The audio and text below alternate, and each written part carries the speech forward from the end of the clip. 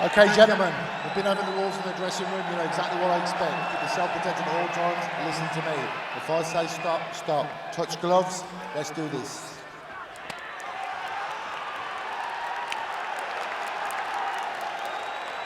Five rounds scheduled in the UFC's light heavyweight division. It is our main event, Brian Stann and the MMA legend Vanderlei Silva. You ready? You ready? Let's do this.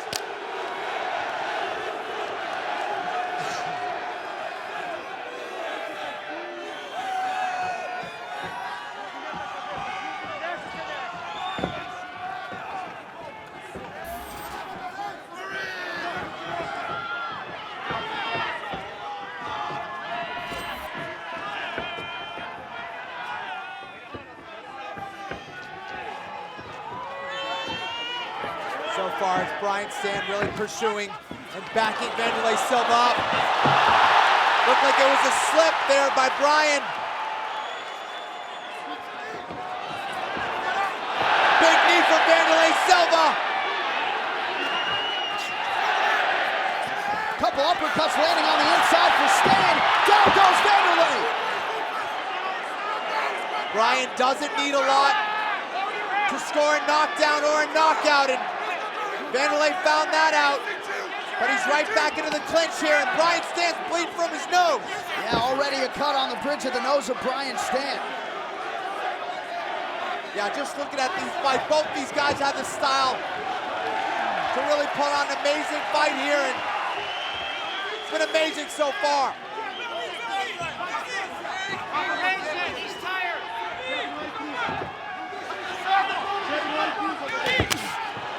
Stann continues to press forward, missed with the right hand there. And Vanderlei says, bring it! Another slugging away, Silva goes down again. Stann landed that short shot as Vanderlei came forward. But you have to be careful with those wild hooks of Vanderlei Silva. They catch you in odd places on the temple, behind the ear. But so far, Brian Stann content to trade with Vanderlei Silva. He just has to pick and choose when he decides to do that. He has to throw straight punches against Vanderlei. Well, Brian Stann said he expected a violent fight.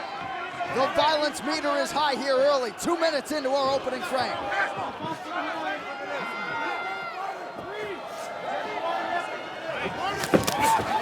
Stann continues to move forward. Brian, there please. Time, Brian. Over there please. You good? Yeah, Brian. Time in, let's go. And we are back underway. Brian Stann feinting. Vanderlei in a very low stance, trying to catch him with that right hand as he comes in. Vanderlei working that jab now, John, trying to bloody up that nose even more. Nice shot there by Silva. You can see him loading up. He's loading up that right hand. He's waiting for that kick, John. And a nice job trying to establish the jab by Silva as well. 3 minutes down in our first round. Yeah, it's a style we've seen from Vanderlei. You know, he was a guy who just trucked forward, plowed forward, and just trade, but Vanderlei has kind of adapted this other style. He's kind of a counter-puncher in his last few fights, and he's looking to do that against Stann here.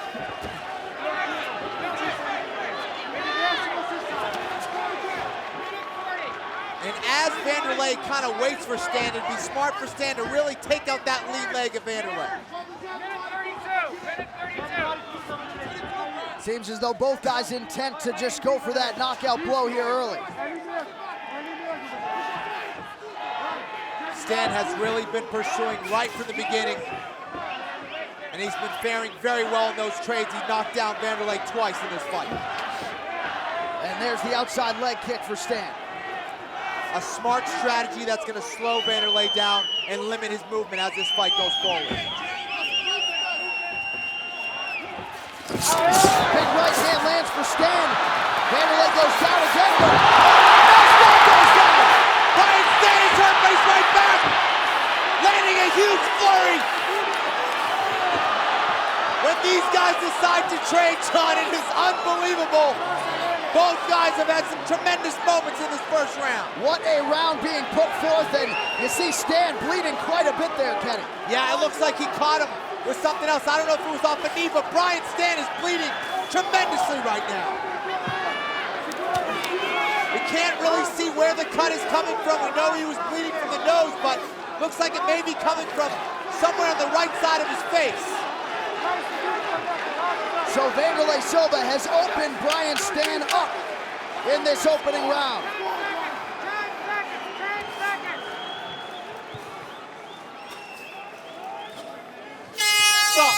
What a round! I'm going.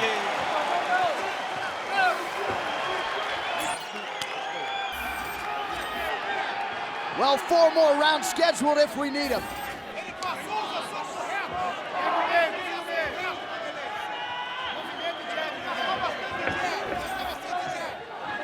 Brian Stann goes right back to pursuing, chasing Wanderlei down. Wanderlei looking to counter here.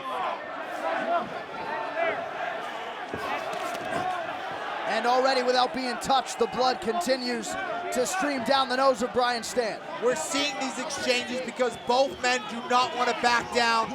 They can't help themselves. They're so aggressive. They're both trying to establish control here. And both believe they have more knockout power. And so far it's been very even when you're talking about knockdowns.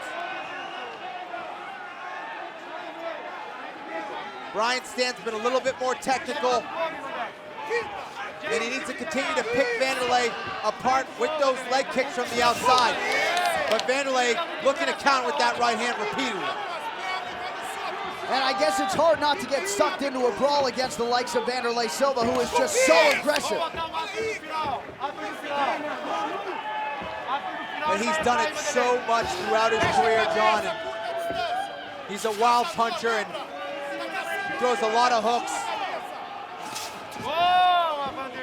Top of the hour here on Fuel TV. John Anik and Kenny Florian live in Tokyo. It is our main event. Wanderlei Silva and Brian Stann. And what a fight we have had thus far. That was a beautiful leg kick from Brian Stann to the outside. Buckled Wanderlei's leg a little bit.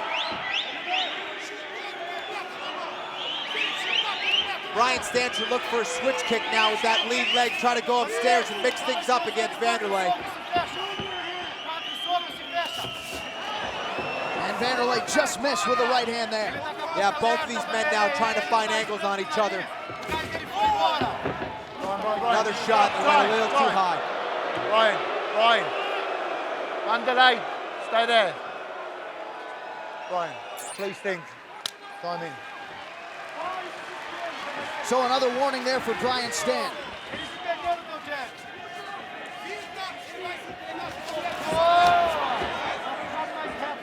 Brian Stann really looking to chop that lead leg of Wanderlei, and that will really open things up for him, and he's starting to use some feints now to slow Wanderlei down as well. And Silva back Stann up with a straight right there.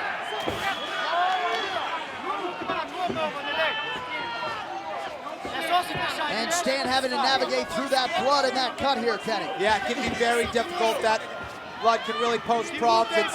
It seems to be dripping down. It's not really affecting the eye too much, but as Wanderlei hits that jab on the nose, that's gonna throw blood on the eyes, and that can really cause problems. Big right hand for Brian Stann. So we've settled in here as we cross the 2-minute mark in our second round. High head kick lands for Silva.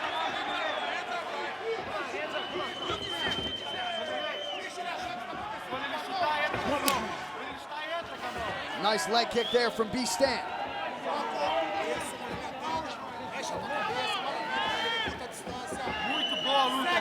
Well, without a doubt, both these guys earned respect from each other in that first round. We're seeing a more cautious approach in this second round, but Brian Stann really looking to catch Wanderlei from the outside, and Wanderlei still looking to counter. And Silva really trying to pick his spots here.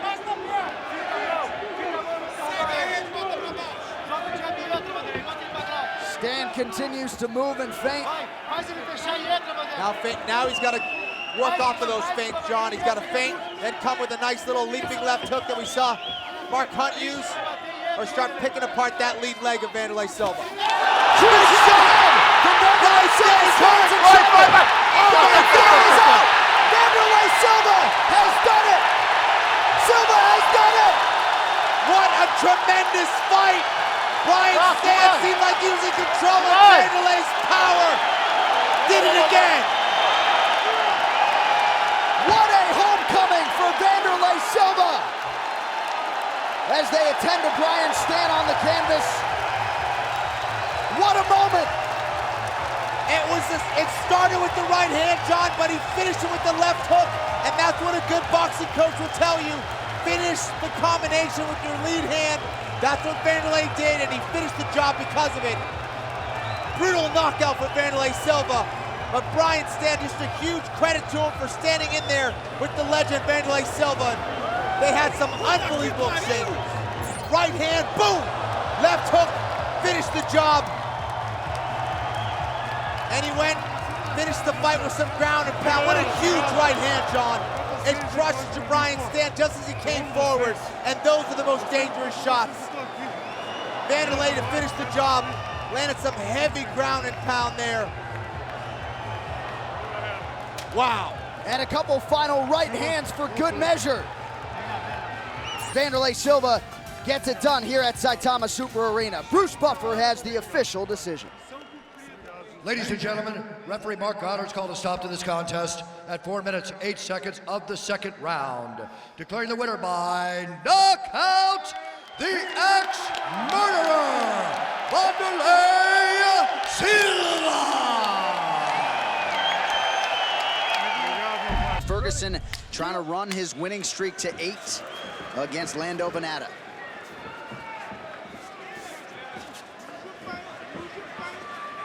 Vannata's in the black, Ferguson's in the blue. If you know anything about Vannata, you know he's not going to be intimidated here tonight against Ferguson. Vannata moves extremely well. He's very dangerous, has a brutal right hand counter.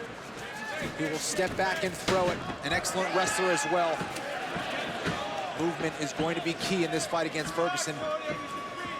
Vannata looking more than comfortable here in the early going. Nice spinning attack to the body lands for him. Oh! Vannata really confusing Ferguson so far.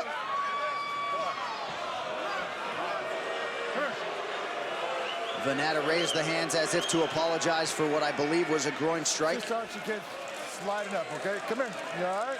Yeah. You sure? You sure? Vannata, Sure. biggest underdog on the fight card tonight at plus 475. Hey, it's not intention. You're not doing anything. It's just sliding up, all right? So just be careful with it. Here we go. You ready? Ready? Fight. Ferguson not interested in touching gloves. Inside leg kick is there for El Cucuy.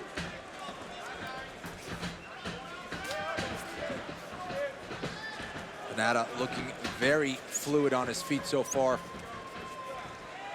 Ferguson hasn't been able to find his range just yet, besides that kick to the body.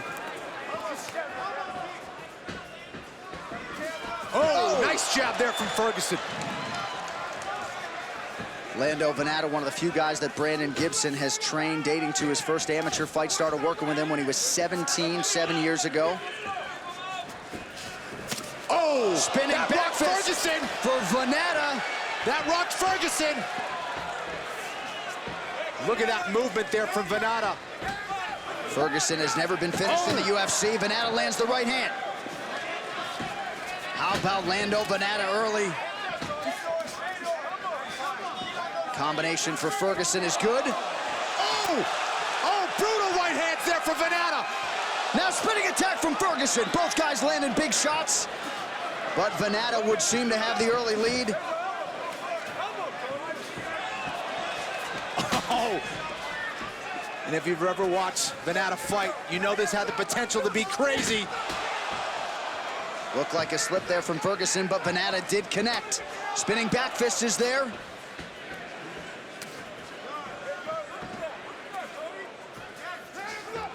Vannata taking this fight on about 2 weeks' notice.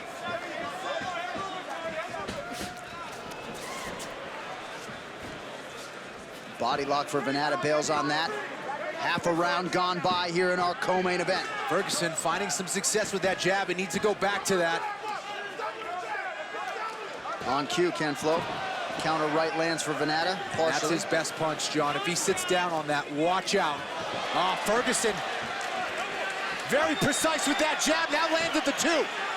Vannata's got to be careful with those hands down.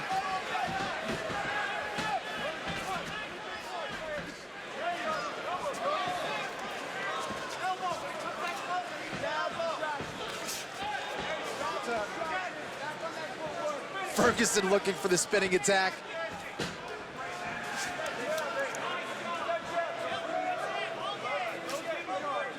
Very few people can do this to someone like Tony Ferguson. Oh! Nice shots there from Ferguson. And follows it up with another right cross, so Ferguson's starting to find his range now. Heavy kick there from Ferguson. Nice sprawl from Tony. Now going for that front choke, trying to attack it. Trying to drag Vannata down to the mat.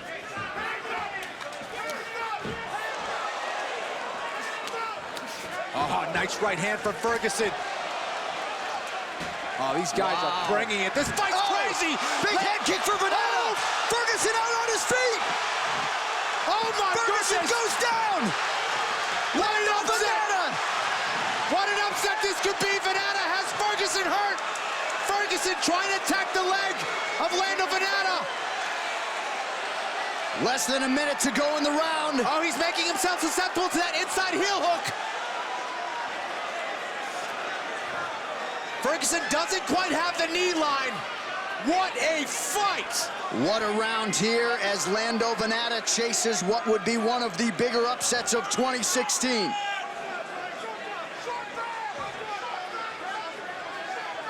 And how about the recoverability of Tony Ferguson? Both guys have landed nearly 50 significant strikes through 4+ minutes. Vannata needs to posture up better than that. He's a little too low. Caught himself in a bad position there. Vannata's gonna get out of it, but his head was too low down the stomach of Ferguson. Ferguson almost caught him. How about those 5 minutes?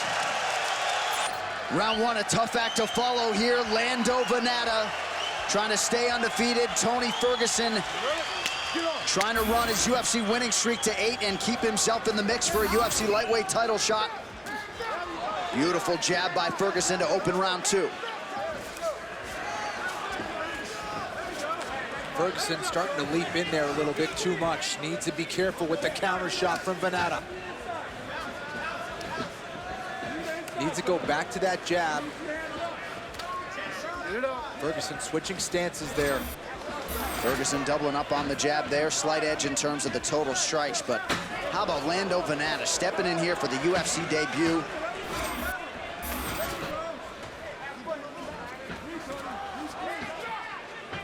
Vannata's movement and ability to slip punches is very impressive to watch. He's staying very composed. Ferguson starting to land a lot more now. And that's Ferguson at his best, mixing it up. You don't know what's coming. Vannata's way more flat-footed now, and he's getting caught a lot more because of it. That jab of Ferguson has been money here through a minute of round two. Head kick for Vannata. Ferguson turned with it nicely. Big kick to the body there from Vannata. How about Lando? Hands down, he just returns with a kick. Oh! How is he standing up? Might be time to raise those hands. That's not necessarily Vannata's style. But he has eaten some huge shots here early round two. This fight is crazy. Oh, man.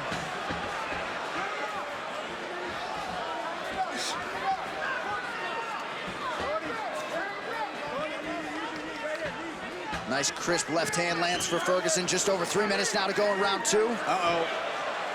Guillotine attempt here from Ferguson. Vannata getting a little cocky here, it seems. This is one of Ferguson's favorite chokes here. Oh, Vannata trying to turn into it.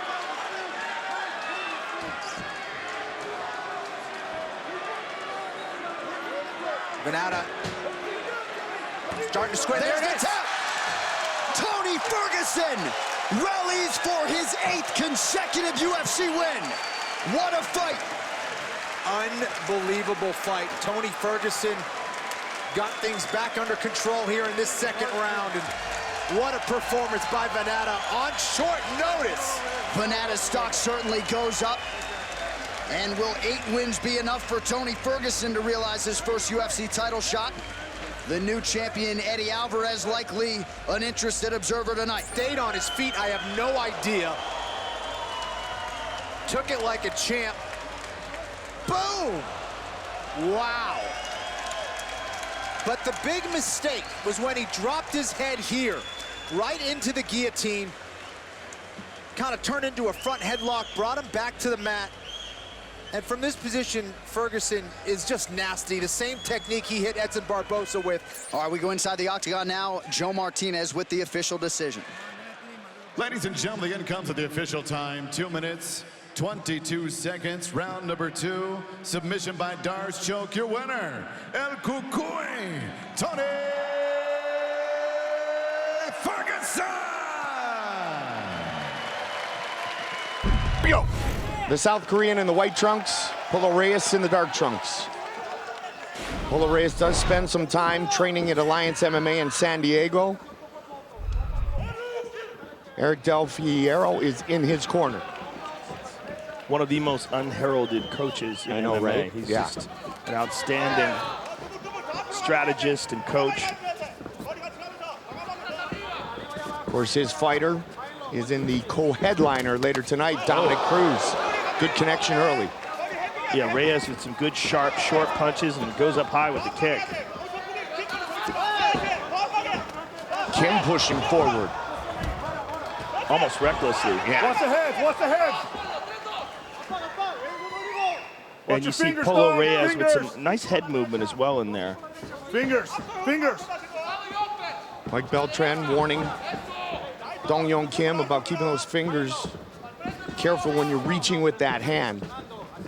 And you see a little bit of blood under the right eye of Polo Reyes, which may very well be from a finger. We don't know. Oh, nice left hook. And over the top very with the right. Clean, very clean. I like the, oh, he got tagged hard. Kim with a beautiful counter left hook. Kim a bit reckless, but he connects again. He hurts him again with that left hook. And now they clinch. And this is where Kim should shine, especially now that Polo Reyes has been hurt.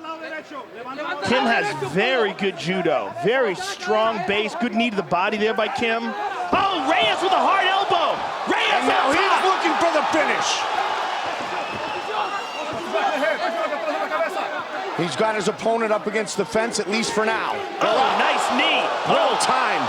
Kim can take a shot, My goodness, Joe. And stays right in the pocket, too. Polo Reyes, though, is connecting with some excellent punches. Caught with the left again. Oh, my. And Kim, again, looking for that left hook. What a way to get things started. Woo, these guys are just standing right in front of each other. Good right hand by Reyes. We're not even halfway into this round. Down he goes. Reyes looking for the finish right here, He's hanging on. He's hanging on. Half guard. Good underhook here. Got to full guard. Nicely done. And Kim has a very strong ground game, including off of his back. Good hard elbow there by Polo Reyes.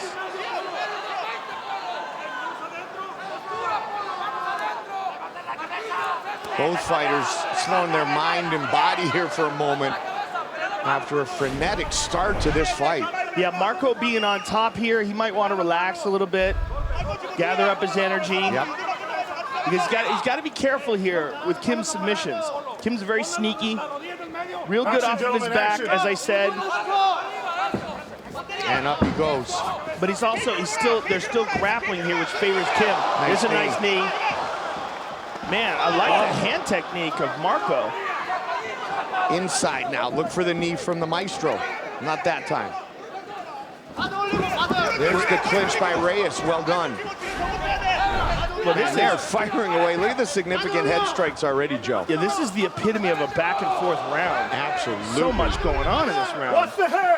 Yeah. He came up with the head there, Kim did. And a knee. Now it's Kim pushing forward again. Another left hand, but nice jab by Reyes. Wow. How good is this? This is a crazy fight. How good is this? Oh, spinning back kick to the body by Marco. And Kim pressing forward, man. What a chin Kim has. Both men, really. Absolutely. Both men have landed over and over Joe in this round.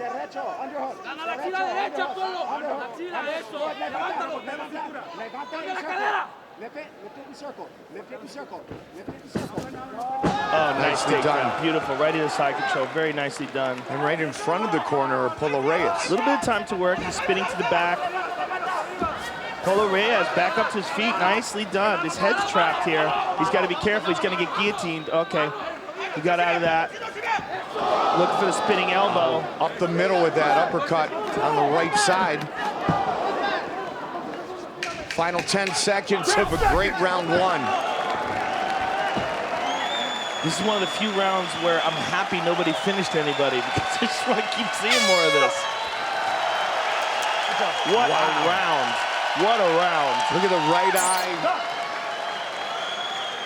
Doctor's gonna take a look at the swelling under the eye, that right eye that we showed you at the end of the round. Dong-Young Kim, all good. Yeah, it is very swollen. Oh, he didn't have his mouthpiece in. They didn't even check that yet. Wow. Mouthpiece, para atrás, all the way back, all the way back, all the way back, para atrás. All right, guys, second round. You ready to fight? You ready to fight? Handle, let's go. The battle continues. Can they keep up this pace, Joe? Well, this fight is obviously very well matched because these guys are giving and exchanging at a very high rate. And Kim looking the worse for the wear coming into this second round because of that right eye swelling. So he's got to be real careful on that side because he's not going to be able to see much with his peripheral vision. Hooks, things that come from the outside, he's going to miss a lot of those. He's landing with the jab here early, though. He's taking it from different angles. Yeah. Well, I think probably compensating for that eye, he's probably going to look to stay on the outside a little bit. Right. And also keep that right hand up a little higher and utilize the jab once again. Well, he's got a very educated left hand, as we saw in that first round, particularly with his hook. Oh, nice counter.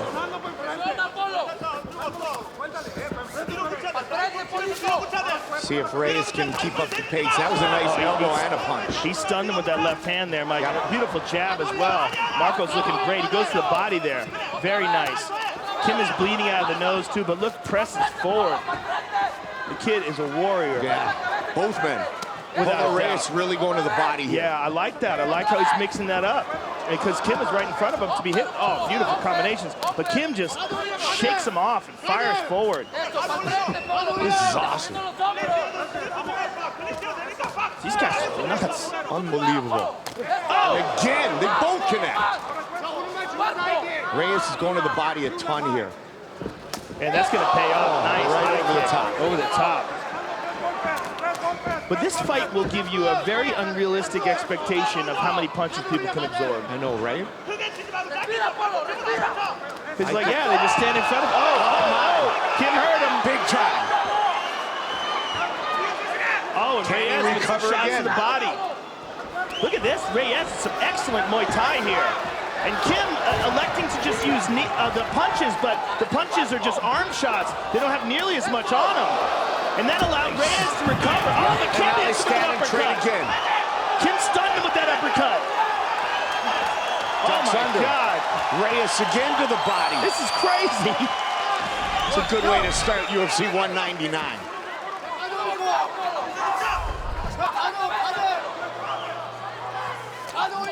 Good shots to the body by Reyes. Maestro Dong-Young Kim. Oh my goodness. Takes another one off the chin. But he's pushing forward. Reyes with a big swing and a miss. That's usually a sign of fatigue. Oh, nice left hand by Kim. Over the top. Look at the numbers in this fight thus far. Kim's been switching up a lot, Mike. I wouldn't be surprised if he's left-hand dominant. Oh, right hand over the top. Oh, Marco tagged him again. This is crazy. Polo Reyes on the attack. Oh, my goodness. Over and over. And Polo Reyes trying to stop this takedown, and he does successfully. Back up to his feet, but taken down again by Kim. With plenty of time to work for Kim. Joe spoke of the good ground skills of the South Korean in round one. Let's see what he can do here. He essentially let him right back up. Yeah. Let's see if he can get it back to the ground again. Reyes spins out, and he's free. That just might be a sign of exhaustion. Still over a minute on the clock here in round two. Oh. Both men bloodied, but not beaten. This is like a movie fight. Yeah. This is like a fight you would watch in a movie. You go, people never fight like that. These guys are completely out of their minds. Oh, again with the right hand. Goodness. How about another one?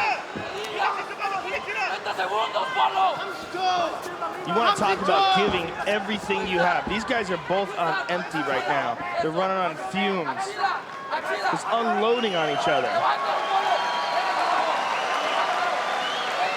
Final 20 seconds. I mean, Kim just fell to the ground. That was just total exhaustion. 15. He just has to hang on here. Yep. 10 We're seconds. going to get to see a third round of one of the craziest fights I've ever seen in my life. Nice elbows by Polo Reyes late. Hammer fist. We're headed to round three. Wow. All the way back, all the way back. All right, gentlemen, third final round. You ready to fight? You ready to fight? Hell, let's go. 5 minutes remain.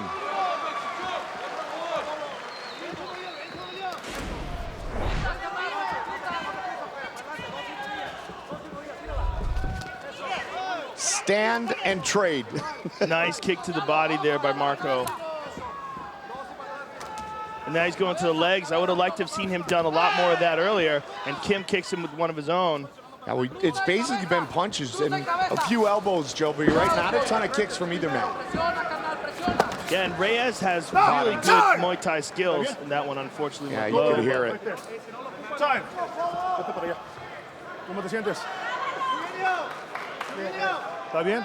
He's okay. ¿Estás listo? ¿Seguro? Fight, let's go! Mike Beltran's got it under control, doesn't he? He's got everything under control other than his mustache. That's clearly out of control. Right hand over the top by Marco. Oh, goodness. Polo Reyes. And Kim with some nice leg kicks.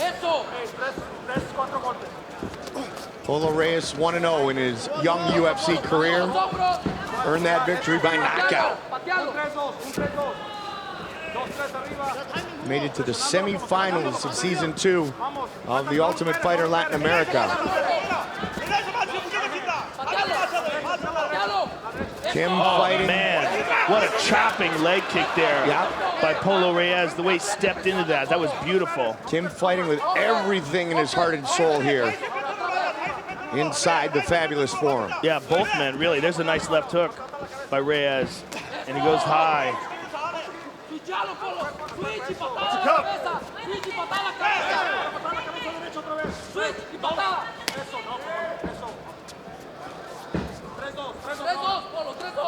Oh! Is this it? It's all over! Polo Reyes by TKO! Wow. What a beautiful combination to end a fantastic fight. Man.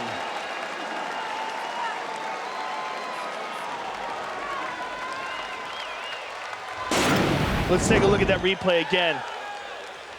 Boom, on the button. Beautiful, picture-perfect right hand, follow-up right hand, one shot, and Mike Beltran steps in between them and rescues him. Look at this picture-perfect technique here. Kim is hurt. Boom, finishes him off with that one and one more. What a fight. What a crazy, crazy fight. Let's see it one more time. Perfect technique there, no wind up at all. Kim badly hurt, boom. Reyes follows up with another, and then one more. What a fight. Just what a crazy, crazy fight. The corner.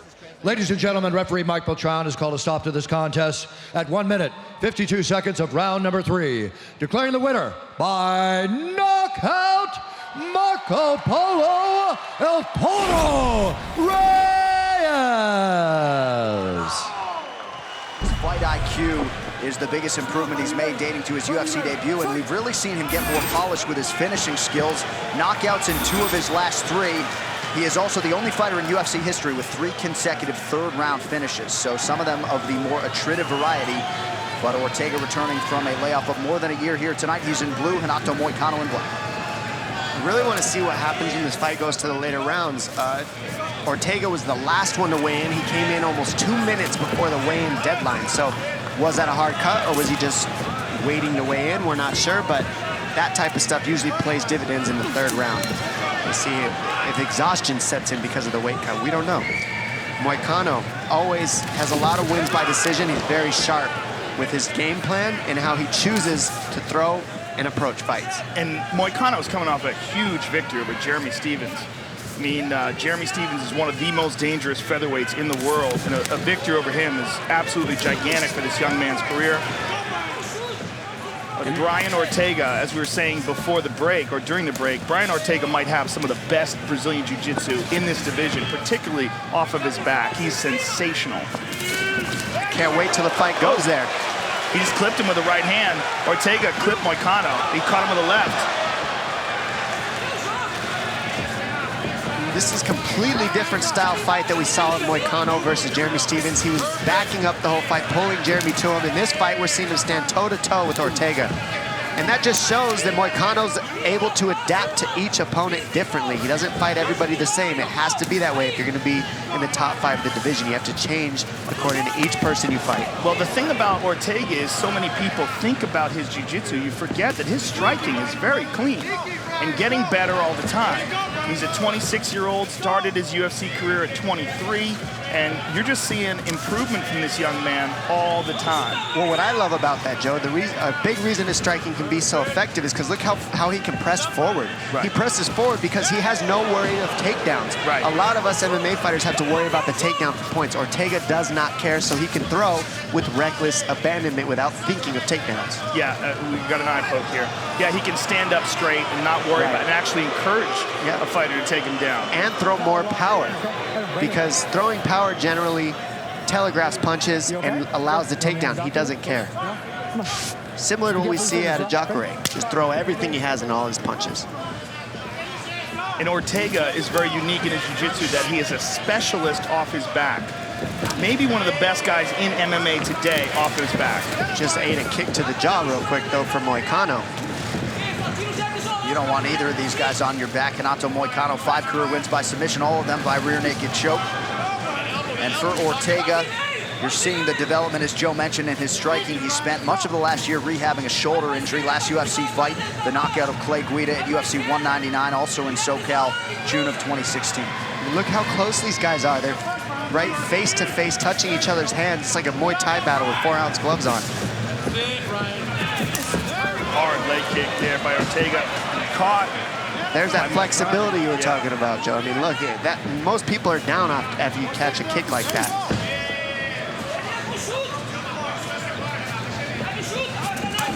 Good kick to the body by Moicano.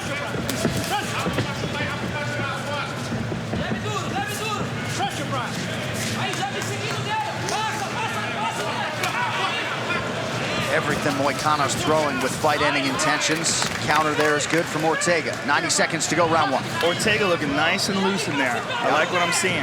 Well, he's moving his trunk so well. Look how close these guys are. Moicano can't find his head because Ortega's moving his trunk so well. His feet stay still, but his trunk moves, which allows the counter for Ortega.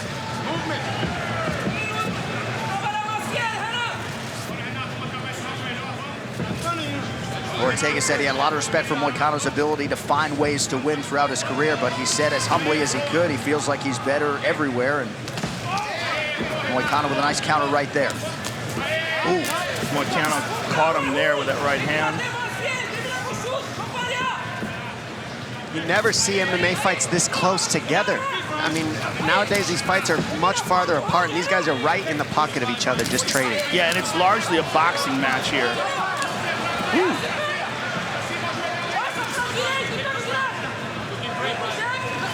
Woo, Moicano over the top. Nice jab by Moicano. Under 30 seconds to go in the round. He has landed that right hand over the top repeatedly on Ortega in this first round. T-City now closing the distance. The nose of Moicano is a mess.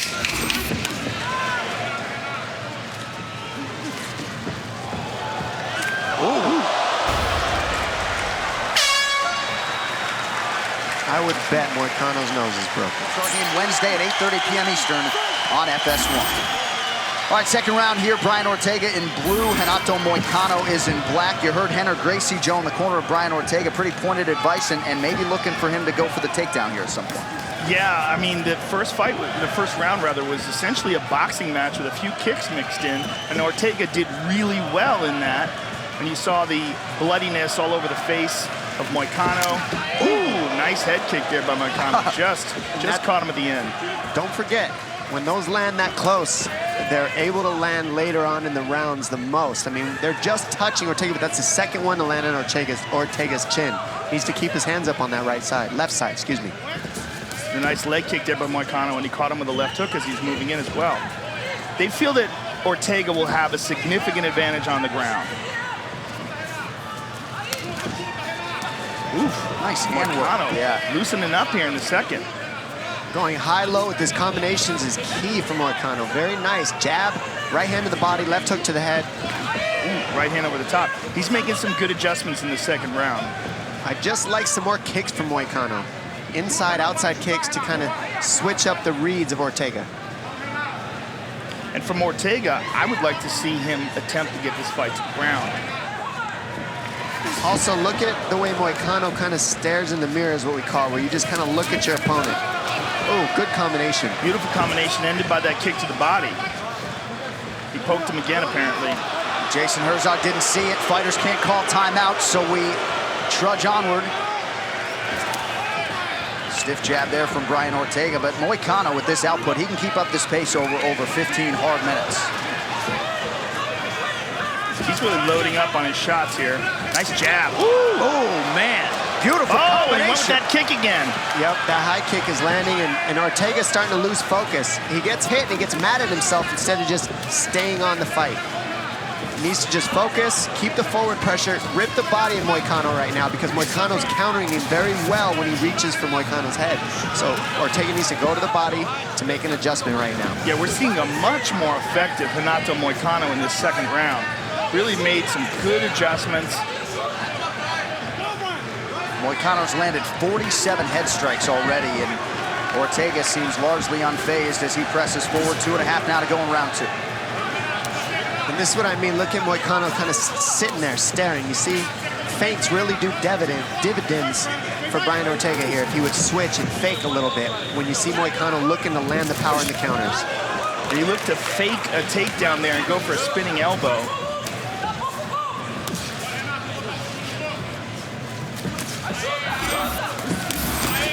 Again, the total starting to pile up for Renato Moicano. This is just the numbers for round 2.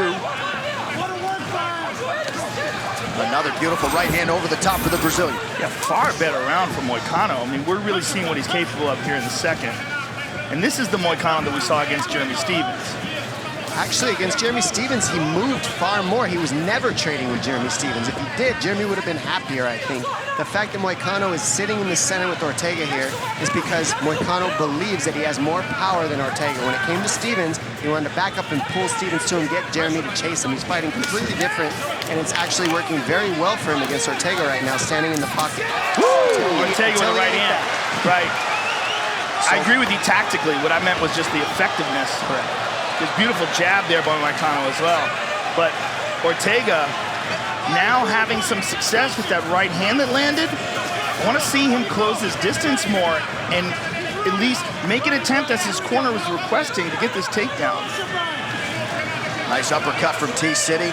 He's got an outstanding gas tank in his own right. He's gone 5 rounds twice, won both of those fights. Nice left to the body. Oh, man.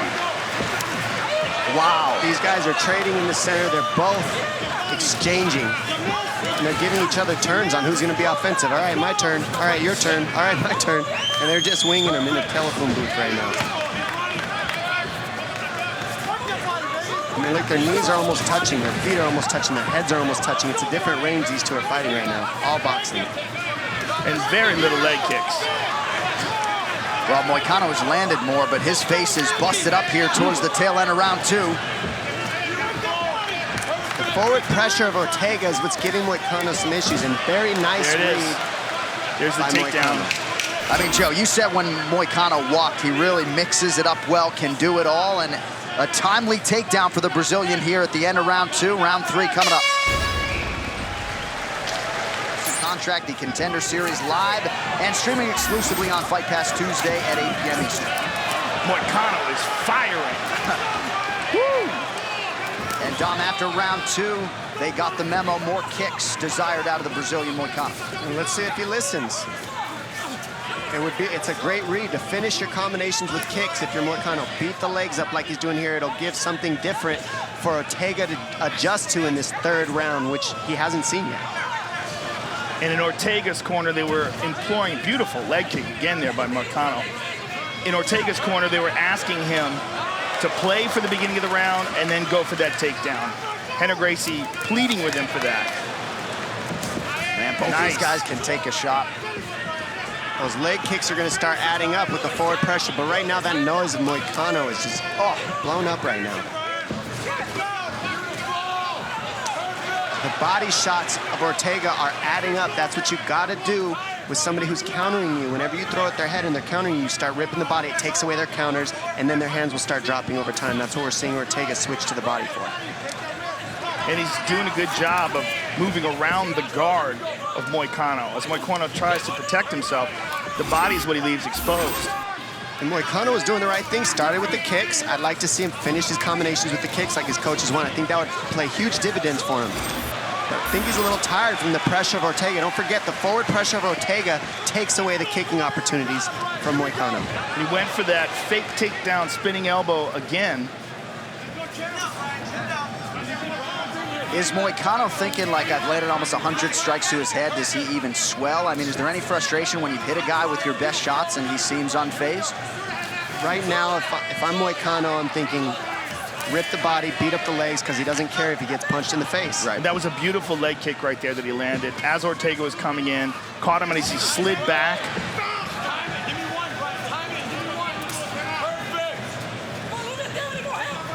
Under 3 minutes now to go. 2 undefeated, top 10 featherweights here.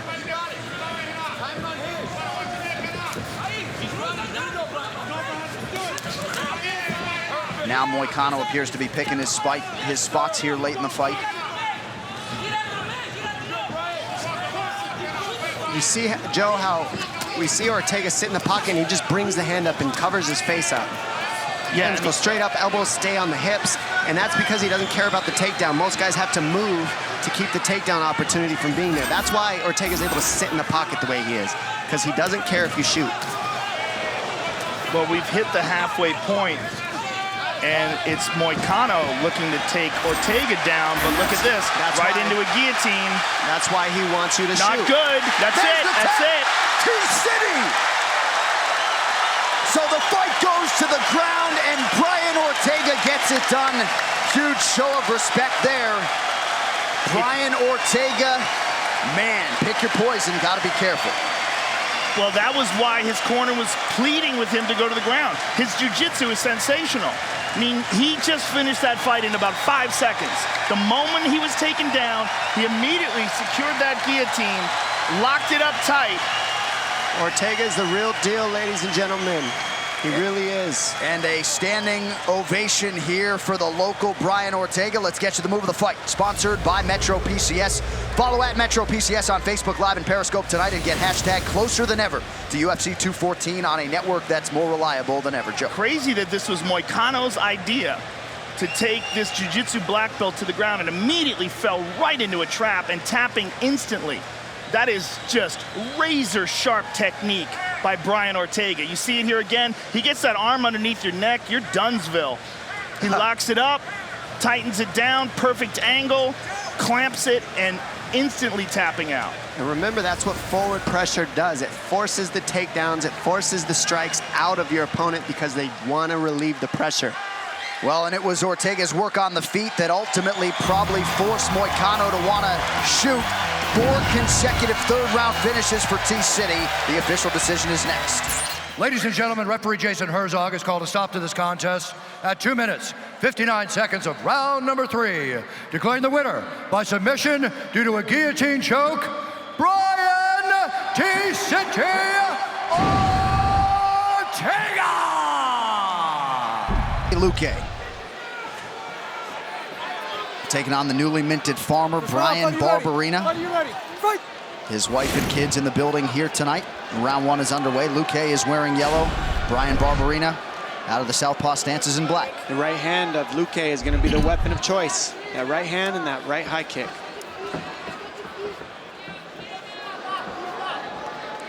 "28 combined wins for these two fighters, 17 by way of knockout. Luque, the -500 favorite, though, at close.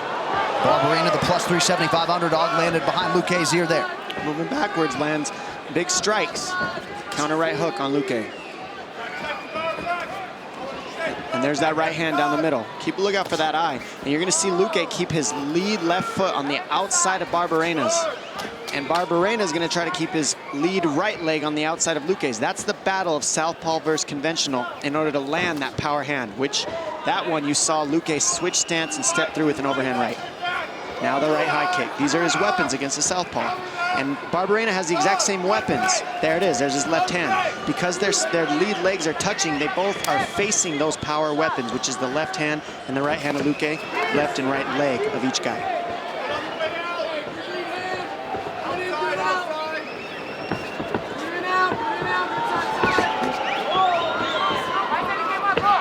Luque came off the 21st season of The Ultimate Fighter, debuted in the UFC in 2015. Lost that debut to Michael Graves, but has won 7 of 8 since to set up this showcase fight on ESPN tonight. Now you'll see both the Diaz brothers do what we're seeing Barberena doing. They'll grab that lead hand if they're southpaw and they'll cross it over. See how he's kind of trying to cross it over? He's trying to cross it over into the right hand of Luque to shut down his power hand. Big right hand, Luque starting to land. And big hook from Luque. This is looking bad. This is where Luque is the best. When he's prowling on the finish, this is where he's the most dangerous. But Barberena is also, because he's so tough, he puts a lot of people in bad positions here, Barberena, when he's hurt. Barberena trying to reset, but Luque lands a 1-2. I mean, the toughness, the shots that Barberena just ate have put everybody that Luque has faced down so far. Both guys landed power shots in the pocket there. No denying the chin, the durability of Brian Barberena. Seriously, though, John, those were huge shots he just ate like nothing. And he's still in it like, those were nice. Thanks for the tic-tac. Ha! Barberena resets. He has never been knocked out. This is his 20th professional fight here tonight. I'm telling you, that right hand's getting too close. The right hand of Luque is just vicious. Look at how he's throwing it. And then every now and then you'll see him switch to southpaw and fire a mean overhand instead of a straight down the middle. Barberena trying to come hard. He needs to be first right now. Back elbow!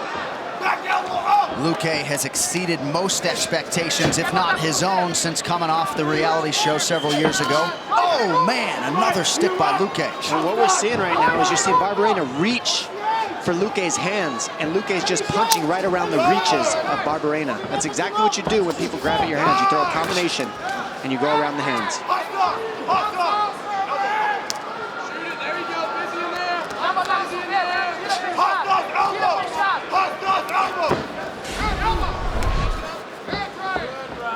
Luque pushes out of the clinch. He's already landed 23 head strikes unofficially through 3.5 minutes. 2 more there for good measure. Goodness, and he's timing, Luque's timing the right hand over the top of Barberena's left hand. And they're heavy strikes.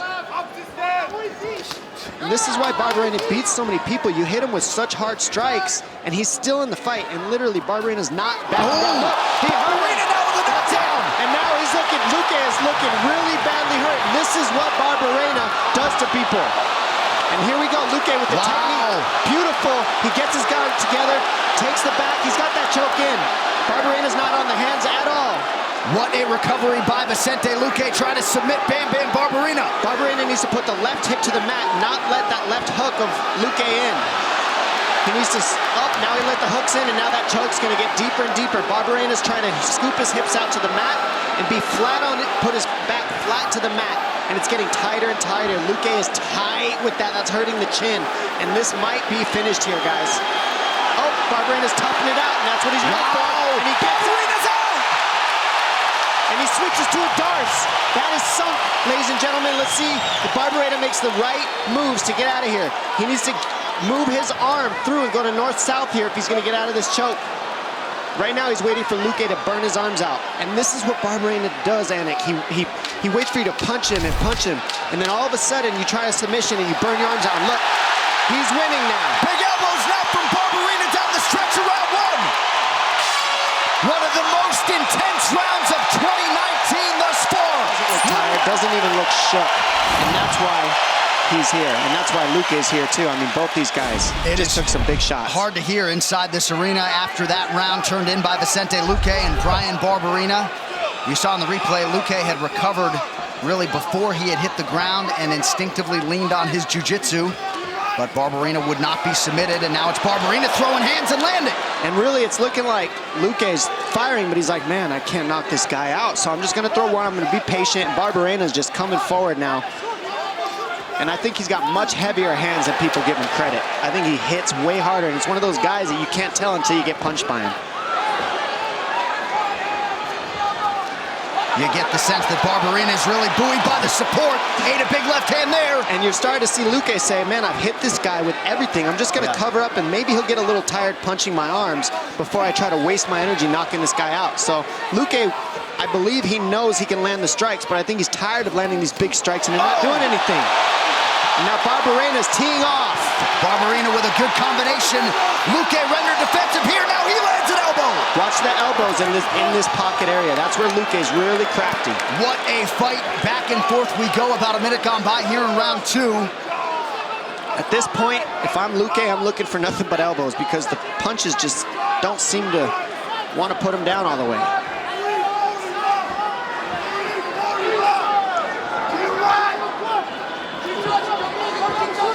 Luque back to work off the jab. Barberena lands the elbow. And Barberena's back to grabbing the hands, making it ugly. And this is this is how you make it ugly on a technical striker. He's fighting smart, and it looks good in Barberena. I don't mean his fight's ugly, I mean he's making it as ugly as he can. He's not allowing Luque to be at space. That body kick hurt. Beautiful job by Luque, pointing the toes there. And I love the adjustment. Luque's making the adjustment. He's not going to the head anymore. He's looking to go to the body a little bit. That's what you do on somebody whose head is so hard. You go to the body. Under 3 minutes here to go in round two. A lot of people felt like if Barberena could extend Luque, he would have some advantages late in the fight. Nice job by Barberena to stick the jab there. Another combination. I mean, Barberena's defense is literally not up. He's just eating the shots and then punching Luque more. It's unbelievable the way he eats shots. Oh. Nice by Luque. Luque is not out of this fight. It's just, I think he's having a hard time dealing with punching him and they're not doing anything to him. Big hook landed by Luque. Big right hand landed by Luque. And Barberena resets. Now Luque goes to the body, effectively so. He needs to keep ripping the body. At this point, you gotta understand, Barberena enjoys getting punched in the head. 2 minutes now to go in round two. Can you believe 2 minutes still on the clock? Hurts my lungs and my soul right now. Looks very painful. Barberena lands to the body, then goes back up top. Big punches by Barberena, and he's just, Luque's like, man, can you please get away from me? Good punch by Luque. Nice one too, Barberena. Barberena mixing up the hands. Now Luque returns fire and lands.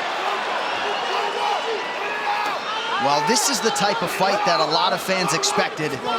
And this matchup has certainly lived up to the hype. Nod to the matchmaking team. Sean Shelby, Mick Maynard.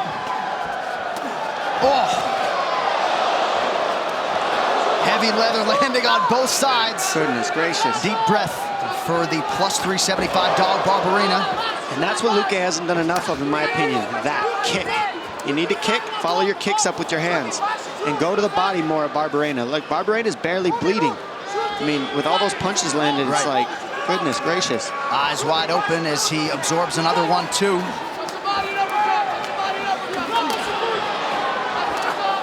Wow, just wow. It is. I mean, Barberena's eating a lot of shots, and Luque's not doing anything bad. I mean, his technique is good. He's throwing right. Barberena's just tough, eating them. And it's making it a very competitive fight. I think on the numbers, Luque's landing a lot more, though, but I could be wrong. I have to look at the numbers. You are wrong.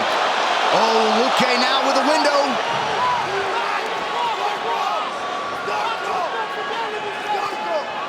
Ooh, big punch landed by Luque, and Barberena doesn't care, and he's landed more. Goodness. Full throttle left hand lands for Luque. Barberena just eats it seemingly without issue. Down the stretch around 2. Big knee does his job down. The big knee hurts him, and he's finally down for a second. Barberena back to his feet. We are back in 60 seconds with round 3. Party has been knocked out. Trevor Whitman, I don't even have a tee up, man, but you got a hot mic. Talk to me. Gosh, this fight.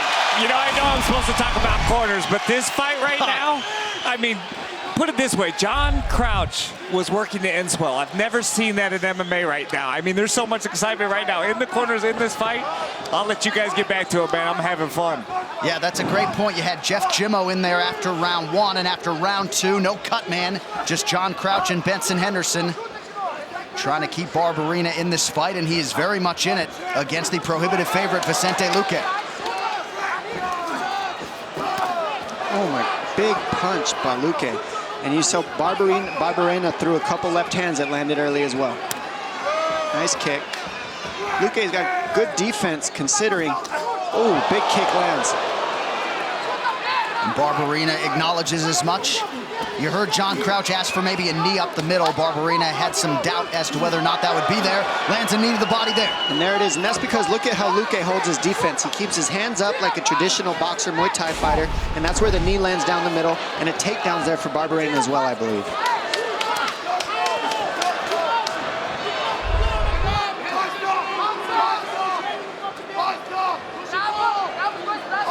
But as for the fans, I mean, I don't think they're going to complain about two guys facing in a phone booth and just trading headshots, right? They finally clinch, and I think everybody gets a chance to catch their respective breaths.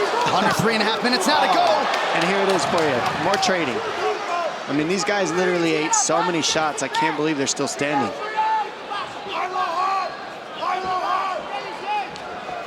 So tough. Rare to see a guy faint and not throw. Exactly. Nice by Barberena. He continues to just touch him. Yep.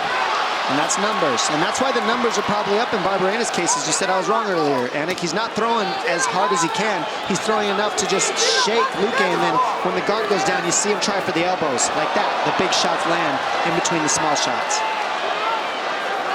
Luque counters and lands. But Barberena leading the volume chase here in round 3. And Barberena needs to watch that knee. That knee came awfully close. Luque threw a knee up the middle that hurt Barberena in that second. If Luque can time another one, it'll cause problems for Barberena here.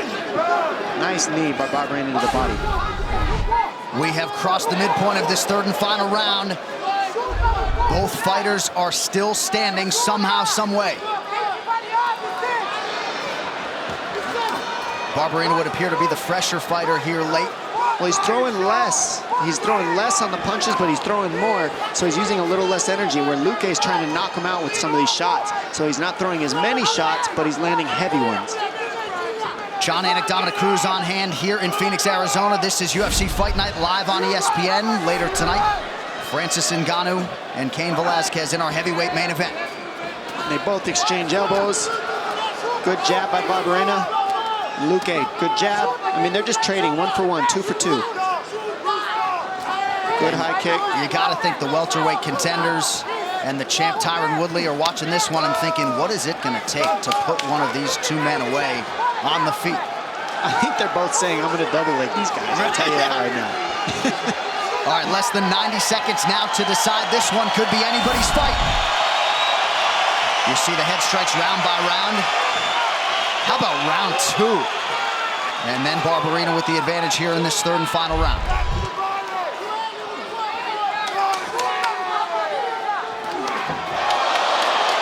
A little slip there by Luque after that wayward knee attempt. 1 minute now to go.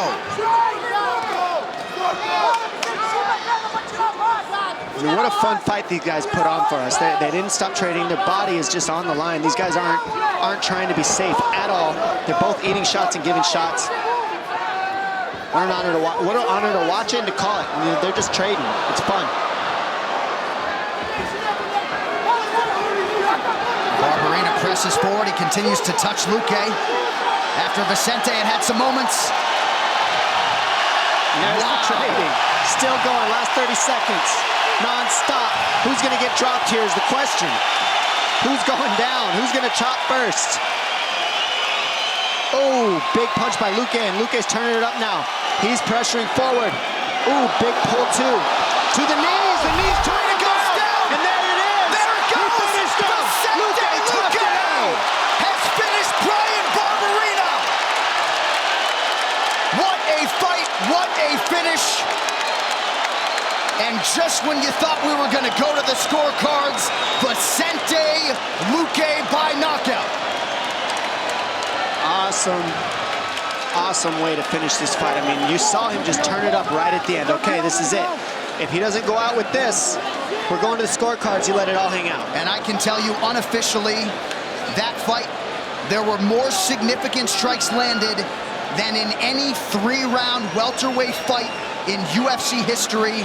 Over 300 combined, or just under 300 combined in terms of these significant strikes landed. Somehow, some way, Vicente Luque extends the win and finish streak to 4. Now let's take a look at tonight's Smart Move, brought to you by Cricket Wireless. And right here we see the lead left hand of Barberena, and followed by the uppercut of Luque to the follow-up. And he just starts sitting down on his punches right at the end, just a little bit more than we've been seeing. Boom! Throws with the right hand, that hurts him. These knees, every time he threw those knees, they chopped down Barberena. All the times that he went to that tie clinch, and that's what got him the finish. Those hard knees, those gloves just weren't enough. Barberena could eat those all day, but that knee, bam, that's the one. And that's what hurt him in the second. And just beautiful timing by Luque to pull him into those knees and get the finish. This guy is lethal. Ladies and gentlemen, referee Jason Herzog has called a stop to this contest at 4 minutes, 54 seconds of round number 3. Declaring the winner by TKO, Vicente, the Silent Assassin, Luque. Have a capacity crowd at Madison Square Garden supporting him tonight. Fortune favors the brave is brought to you by Crypto.com, the fastest growing crypto platform in the world. Download now. Burgos in white, Quarantillo in blue. Oh! Good right hand over the top by Quarantillo, and a couple of good uppercuts as well. And this is what Quarantillo wants to do. He wants to overwhelm you with pressure.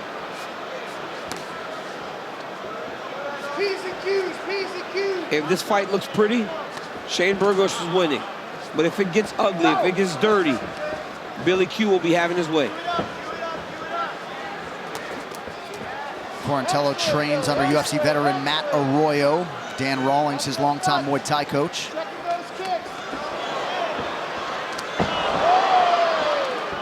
Good jab from Billy Q, and a counter right lands for Burgos. Burgos is so big for 145. It's hard to imagine that he actually makes the weight. Burgos with a nice body lock here, takes to the side of the octagon. Billy Q won't even address it yet. He's just punching and punching and punching, hitting wherever he can hit you. Burgos is doing a really good job of keeping that lock on the far side. So even though Billy Q's trying to dig an underhook, it's hard to get it lifted because that lock is right at where the elbow is.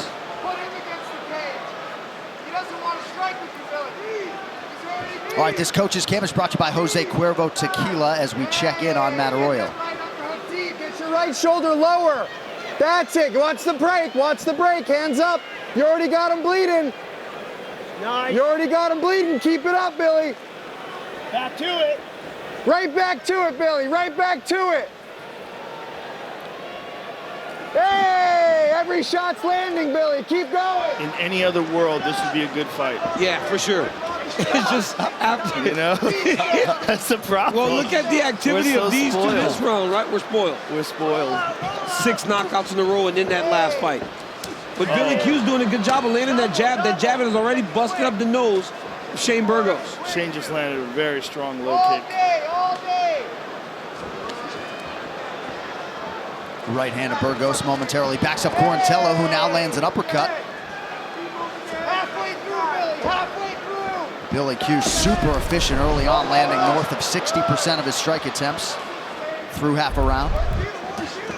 Moving that head. Moving that head. War.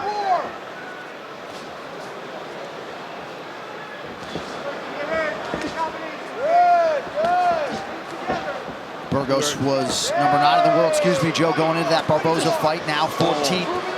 I was just going to say, there's quite a bit of blood coming out of the nose of Shane Burgos. It's that jab, man, of Billy Quarantillo. It's landing, he's popping, he's getting into the, he's getting it. Look at that, he's just, I mean, so much activity from Quarantillo. He's gonna go for another takedown. When you, sorry, Joe. No worries. When you watch him technically, Joe, Burgos looks cleaner, but Quarantillo just keeps throwing and throwing and throwing. Oh, another jab from Quarantillo. The jab's very accurate, and they add up. That's it. Don't stop the pressure. It's working. Keep working them. Man, All day, baby. All day. Billy Q's hands look fast tonight. I'm sure Antonio Tarver likes what he's seeing. Ooh! Oh.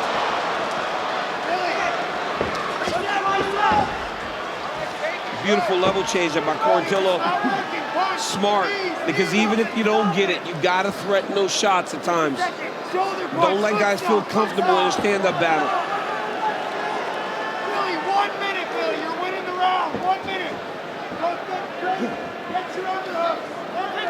Quarantillo very fundamentally sound in the clinch. Breathe, Billy, breathe. Keep those hands up. And right back to work on the jab. He's taking quite a few of those little calf kicks, though, Joe. That last one was very strong. Oh, he hurt him. Oh, my goodness, what a right hand. Now Burgos changing up the level, goes to the body, now back to work with the jab. And that's how you know Shane's a good boxer. Instead of headhunting, he dig body shot first to try to change your reaction level. Also, he gave him a look like the right hand was coming to try to open up for that left to the body. Another good right hand by Shane. But still, Billy keeps popping at him. Look at that again. Quarantillo won't stop. He's gonna just keep doing this. And it's gonna be up to Shane to be able to match this pace of Quarantillo. Seeing a whole lot of fighting spirit tonight inside Madison Square Garden. Round 2 here. Shane. Ooh! Yeah, goodness. Shane Burgos with some solid shots, but Billy Quarantillo will not be deterred. Oh! Spinning back fist partially lands for Billy. Burgos is doing a really good job of landing in tight whenever they come together. We're not brawling. Technical strikes. And you notice Burgos, every now and again, will try to dig that left hand right up under the elbow of Billy Quarantillo. Quarantillo never throws anything to the body. It's all up at the head. That's why you see Shane's head constantly moving left to right, left to right. Go Puff, the official on-demand delivery partner of UFC 268. Order anything in seconds and get it all delivered in minutes. Download tonight and see just how instant delivery can get.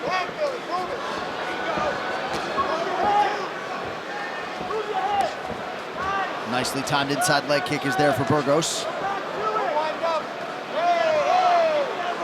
That jab, very nice trick there with that low kick. That jab of Billy is just relentless. It's just constant. It's throw the jab, it goes back to the face, throw it again. Watch those hands. Knees, Billy, knees. Burgos is doing a really good job of keeping his legs split to defend those double legs. Just overall in mixed martial arts, the takedown defense has gotten so good. Put the head down, do it. Shoulder punch,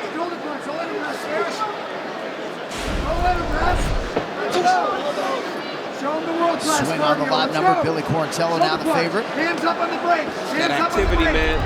Him just working constantly. Quarantillo's gonna have to address those body shots. Burgos, long-time Tiger Schulman product. His brother Ryan is an amateur fighter, 3-0. The reason Burgos can't really get going because he can't get his rhythm because he's constantly under attack by Quarantillo.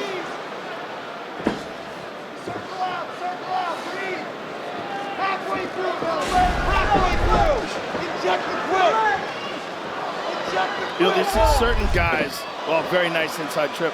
There's certain guys that, for whatever reason, they're just born with more cardio. Yeah. Like they work hard, no doubt about it. I'm sure Billy has a tremendous work ethic because he's great all around. But some people, and Colby Covington is one of them, just seem to have a natural cart. Caden Velasquez, another one. They just have a weird natural advantage, just like some folks have a natural advantage with power. But Shane's going with him and he's landing a little bit more. But it's in those middle moments, whenever he's kind of trying to process, Quarantillo's just throwing. Yeah. And that's where he's building this strike advantage. And Shane's face is a mess right now. Another nice right hand by, oh, good inside kick. But just, you don't deter him, it's crazy. And Billy is absolutely relentless. Oh, good shots. Nice. Oh, beautiful, and an elbow as well by Shane. Real good and close, that Burgos. Burgos is so good and tight, it's easy to miss what he's landing.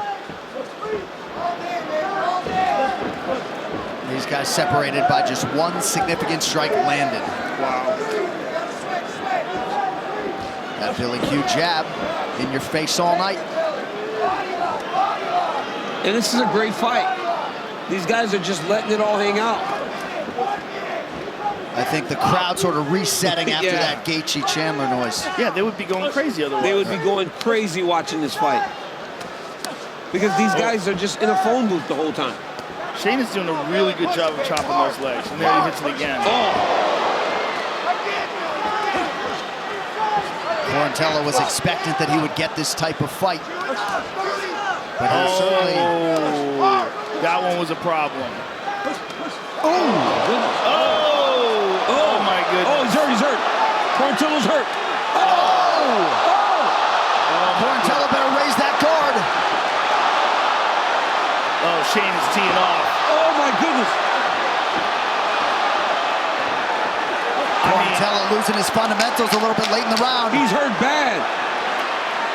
Body shot, big body shot and right hand. Burgos is on fire here. But Quarantillo firing back. Oh, there we go. The crowd's alive now. And we're back to that left leg of his, though. It's toast. Well, it is a boxing super fight on ESPN Plus pay-per-view Saturday, November 20th. Undefeated WBO welterweight champ Terrence Bud Crawford facing off with former two-time welterweight world champion Showtime Sean Porter, main card. 9 Eastern on ESPN Plus pay-per-view, available in both English and Spanish.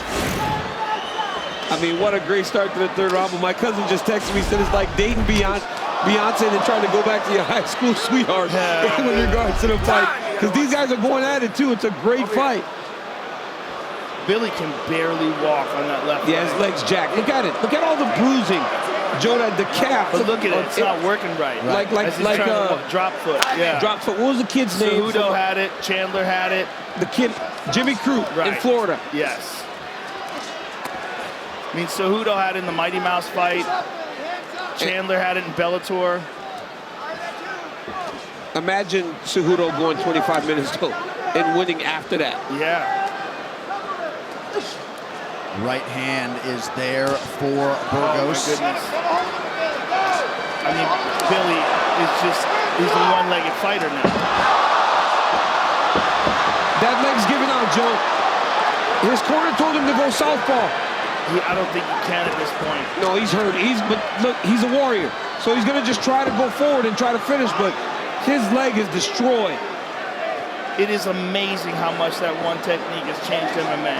Changed the game. And remarkable how underutilized it used to be. I mean, Benson Henderson was the only guy using it up until a certain point.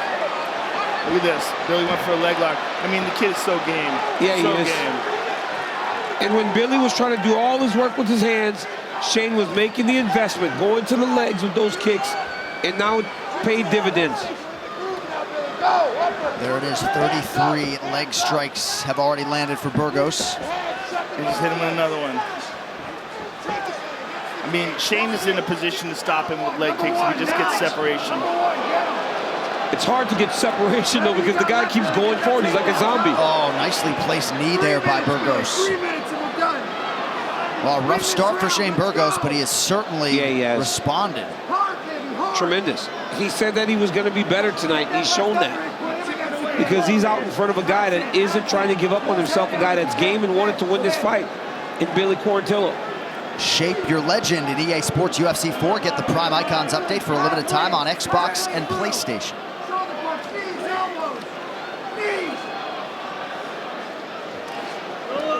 Elbow over the top by Burgos. But look, Quarantillo firing back, swinging haymakers. And doesn't give Shane any air. No room to breathe. Elbow over the top. I mean, that kid is so game. He's so game and so tough. And this is just so physical right in front of us. All sorts of clashes between these two men. Just over 2 minutes to decide it. It's one of the underappreciated parts of this game, is when you're watching these fighters fighting close, clinching, grappling, all these short strikes that they take on the inside. It truly is a war of attrition when you get close to someone like that. Thank you for making the point better than I could. Burgos continuing to find the range. Shane has prioritized a finish tonight. He came in the ranked fighter. Shane's mouth is open now as Billy keeps pressing him. It looks like he's finally starting to fatigue a little bit. And now Quarantillo once again finds himself on the back. And you see that milestone. How about that? Most significant strikes in a UFC featherweight fight. Wow. It's still got a minute plus to go. Oh, he gets him down. Looking for a leg. Wow, Billy is never stopping. He's just constantly looking for a way to win. Yeah. And even though his leg is really in bad shape, he's found a way to initiate the clinch and kind of make it a moot point. Burgos just has to get a couple leg kicks off on him and it can be done. The coaches are yelling, show your heart, and I'm telling you, you don't need to show any more. The dude has got tremendous heart. And by the way, Max Holloway, if you're out there, we know that record was for a 3-round fight. I imagine you've landed more. Oh! Nice body shot in there. Oh. I'm glad you brought that up about Max Holloway. He's probably screaming right now. Max will go crazy.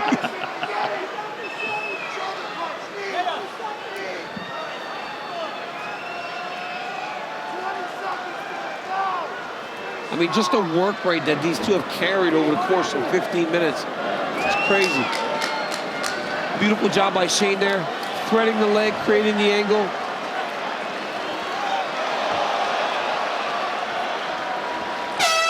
What a fight. What a fight. What a division. And if nothing else, Billy Quarantillo has proved he certainly can hang with the top 15 at 145 pounds. An absolute war turned in. Shane Burgos and Billy Quarantillo go the distance. Yeah, win, lose, or draw. Billy Quarantillo. Everyone's respect. All this for you, Veronica. Great to be home. Love you guys from the bottom of my heart.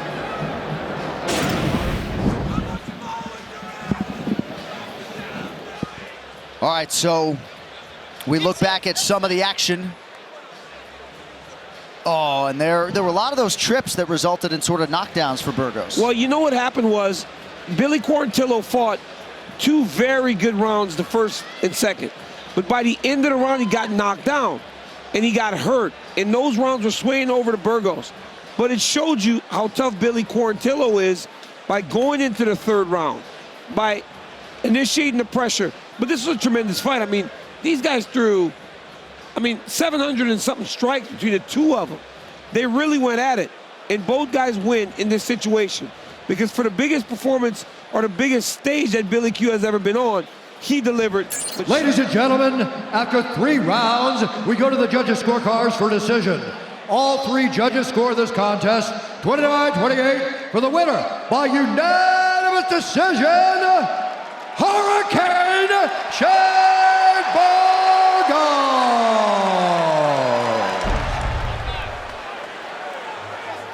All right, gentlemen, we've been over the rules in the dressing room.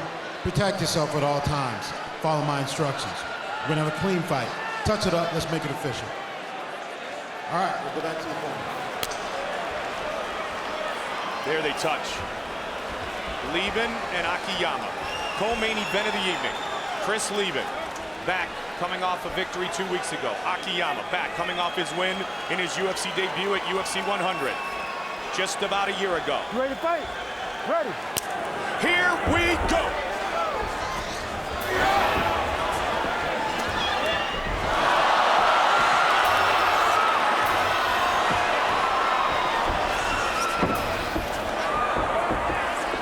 Takes Leben down, Leben right back up. Leben weathered the early storm of Aaron Simpson, and Simpson came at him like the A-Train he is nicknamed. Leben just looks different, physically, mentally. Leben has really learned how to pace himself as well. And that's one of the things that he said contributed to his victory over Aaron Simpson. That wrestlers like to blow out a lot of energy and try to finish guys off quickly, and it's not really the right strategy for fighting a real tough guy in 3-round fights. Especially a durable guy like Leben. No question. And Leben, a true southpaw. Akiyama was preparing for Silva, who fights from the conventional stance. So Chris feels he might be able to take advantage of that matchup. Nice kick by Leben. Akiyama very respectful of the knockout power of Leben.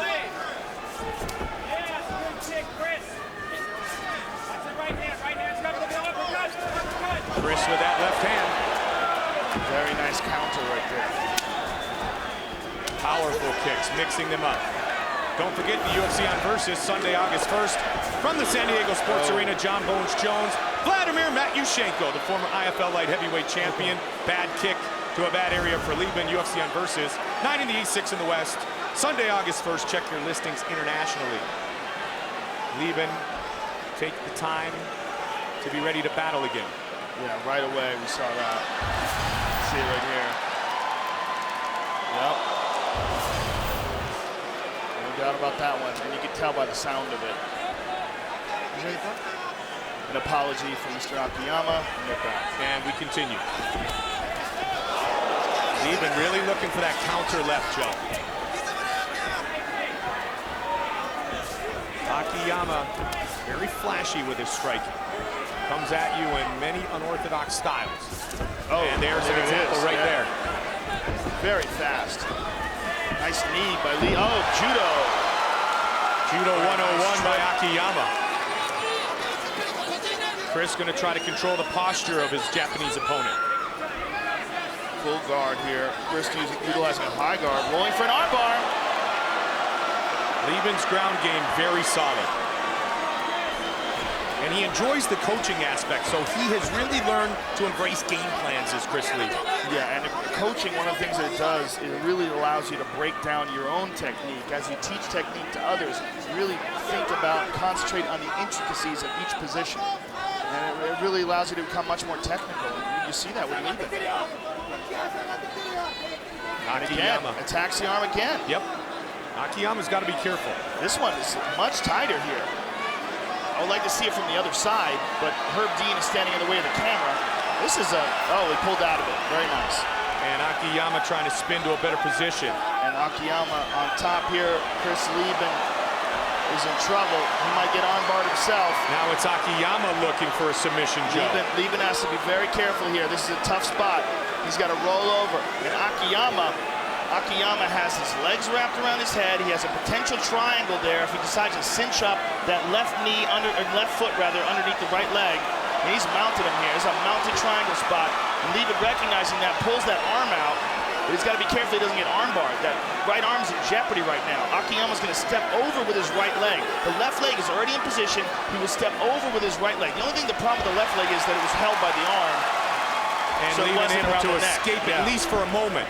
Still not in a great position. Better position than he was a moment ago, though, certainly. Yeah, Akiyama, solid grappling. A lot of time remains here in round one. He's on top, head and arm control here.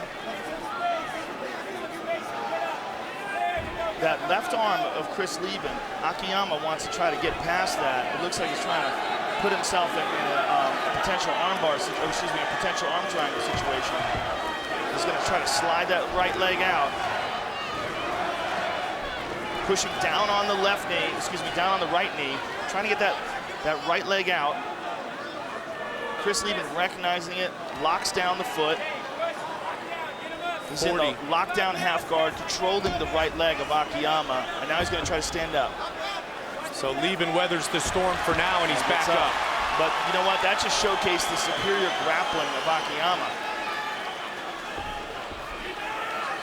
Leben going to look for a haymaker here on the exit. He loves to throw the left hand. If he can get out of this clinch. Good pressure by Akiyama. And he steps away. Final 10 seconds of the round. Another big kick by Leben. And Good straight left by Leben. And a good right hand as well. Beautiful trip down by Akiyama. into side control at the end of the round. The grappling and that great judo takedown ability of Akiyama, Joe. But the crippler countered with the left. You know what? Akiyama's no slouch on his feet either, and he has a good chin as well, because Leben tagged him a couple of times. Leben again with a slip, though. Nice straight right by Akiyama, but a good counter by Leben there. Akiyama throws. You hear the corner of Leben saying that Akiyama is tired. Push the pace a little bit.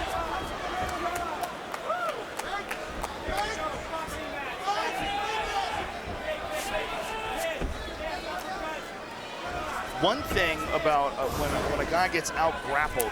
Oh, spinning Connected back that time, fist. Joe. Beautiful. How hard is the chin of Chris Leben?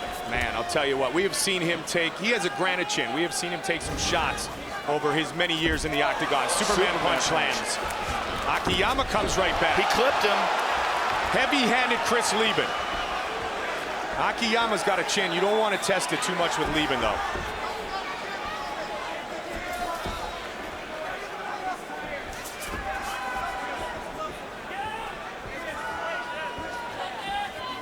Akiyama looks like he's leaning towards the right side, whether he's going to throw a punch. There it is.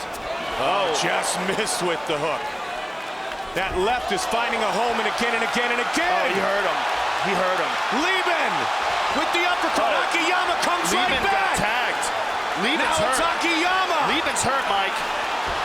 Combination by Akiyama. Leben getting tagged over and over again. But this is Leben's type of fight. He drags guys into these crazy wars. Akiyama gets rocked. Both men trying to finish this fight. Chris Leben is a zombie. Leben just doesn't all die. on will and desire. Akiyama all on heart and guts. Foot stomp. What an exchange. Oh, beautiful judo sweep. And look at this. Leben right back to his feet. No. Both men Akiyama stays on exhausted, top. Joe.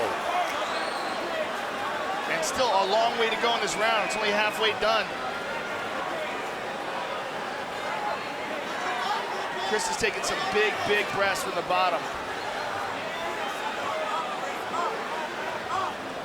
What an emotional couple of weeks for Chris Leben, and he finds himself in a huge battle here against Akiyama. Leben back to the cage, and Akiyama's trying to control his wrist to keep him from standing up and posting on it, and using the cage to get back up to his feet. We knew about the granite chin of Leben. We have now learned about the granite chin of Akiyama. Akiyama pressuring the crippler. Just under 2 minutes remains in round two. Chris is taking some big, big breaths, Mike. Watch the back of the head. A lot of emotions into play with the opportunity which Leben has tonight. He's back up to his feet.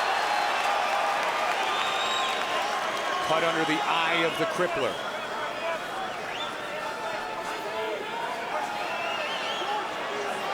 Leben has been knocked out just once in his career. That was by Anderson Silva in Silva's UFC debut. 27th professional fight for Leben.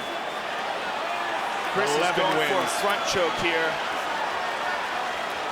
By knockout or TKO for Leben. Just over a minute now, Joe. Chris right here is in the front choke position. That's one of Matt Lindland's specialties out of Team Quest. Submitted Travis Lutter with this here. Just does he have the arm strength to pull this off? He's into a guillotine now, standing guillotine. Akiyama's out. Akiyama steps away for a moment. These men are battling. Another big exchange. Leben with the left hand.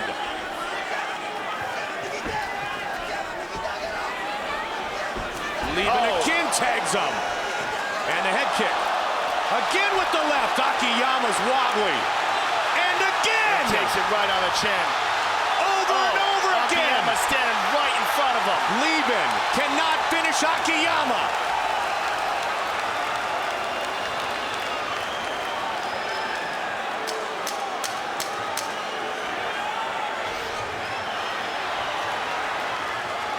Unbelievable. First 2 rounds of this fight. Wow. Chris feeds off this man. Look at him. What a psycho. Leben has said he got to where he is today by taking risks. And he's taking one against Akiyama tonight. Big smile on the face of the crippler and of Sexy Yama. Here we go. Third and final round. Beautiful respect. What a show they have put on. Leben trying to finish it with that crippling left hand. Akiyama takes a kick to the body. The heart and desire of a mixed martial artist being put on display, just put on display in a way that we often have started to see, Joe, here tonight by Leben and Akiyama. They continue to battle. Nice leg kick there by Leben. Leben looks to be the fresher man in this 3rd round, Mike. Oh, head kick.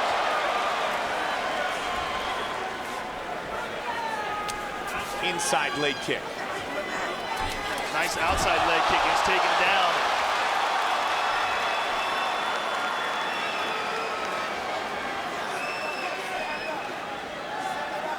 Nice elbow from the bottom by Leben.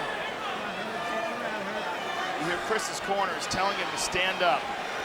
Akiyama going for the can opener here. Look at this.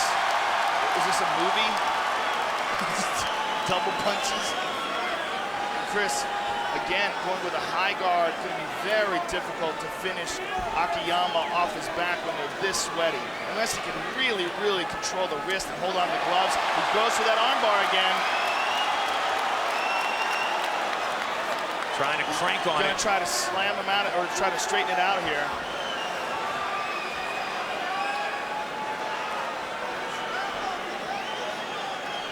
Trying to extend his body. Akiyama slowly trying to slam him.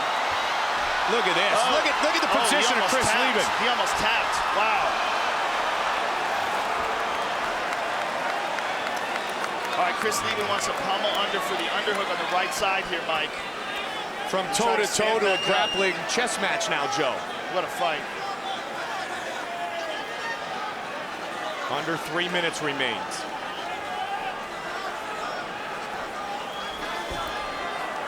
Akiyama full mount.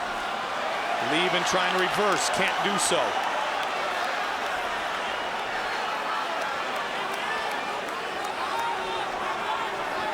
Both men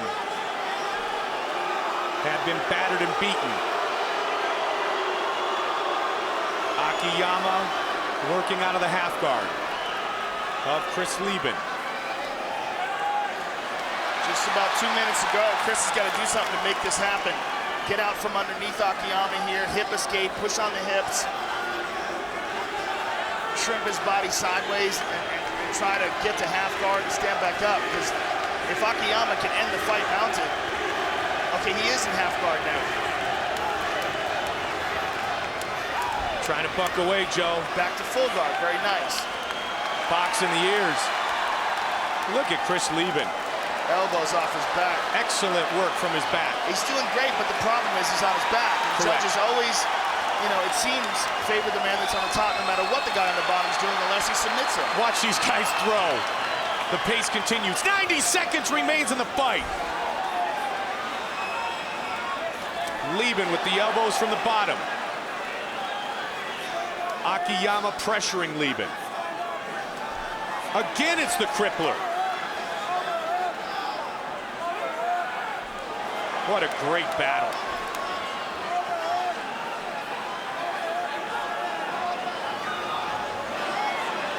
Leben's the busier man right now. He's landing a lot of shots, but the last time I saw a guy win a fight like this is Kevin Randleman and Bas Rutten. Bas Rutten beat Randleman for the title off his back like this, but it was a highly, highly disputed decision. His word. Trying to work continuously till the final bell is Chris Leben from The Ultimate Fighter Season 1. Still, though, perception is that he's losing this round. Oh, look at this. Triangle! Oh! Trying to crank it in. Trying to submit Akiyama. He's got to set it in over his foot, over his ankle. Right now it's on his foot. The foot is flexible. Can he finish He's this got the fight? arm there as well. He needs to pull on the arm. He tags! It's all over! It is all over! What a victory for Chris Leben! Outstanding! Wow! Unbelievable! Wow! You know, he came real close earlier in the round with that arm bar. I mean, this again shows the maturity of Chris Leben, shows his evolution as a fighter. Dana White is going crazy right now. Chris, the crippler Leben! Outstanding. Fight replay, Outstanding. Joe, brought to you by Bud Light. Here we go! Let's take one more look at that. Chris is controlling that. Look at him. He throws that right leg over, cinches in that triangle. There's a little air there, but he grabs a hold. Look, he's punching from the bottom and grabs a hold of that head. Pulls down. Akiyama collapses and watches he grabs the head. And this is how he gets the tap. Grabs the head and squeezes down, and Akiyama forced to tap or go to sleep. Gigantic victory for Chris the Crippler Leben. Wow. Referee Herb Dean has called a stop to this contest at 4 minutes, 40 seconds of round number 3. Declaring the winner by tap out due to a triangle choke, Chris the Crippler Leben. All right, guys, been through the rules in the locker room. I want you guys both to obey my commands at all times. Protect yourselves at all times. If you want to touch gloves, do it now. Best of luck to both of you. And we remind you our main event here for UFC Fight Night on Fuel TV, 5 5-minute rounds, if necessary, to determine who moves forward in the increasingly competitive UFC featherweight division. Chan Sung Jung. You ready? Let's go fight, guys. And Dustin Poirier. Here we go.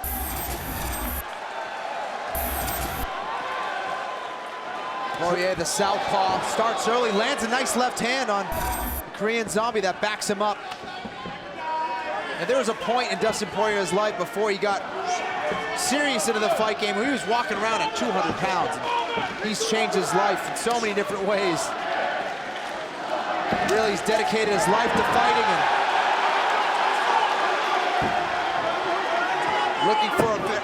looking for a sweep reversal here. Now he's in the single leg. Korean Zombie put on his back, working some short elbows on the side of the head of Poirier.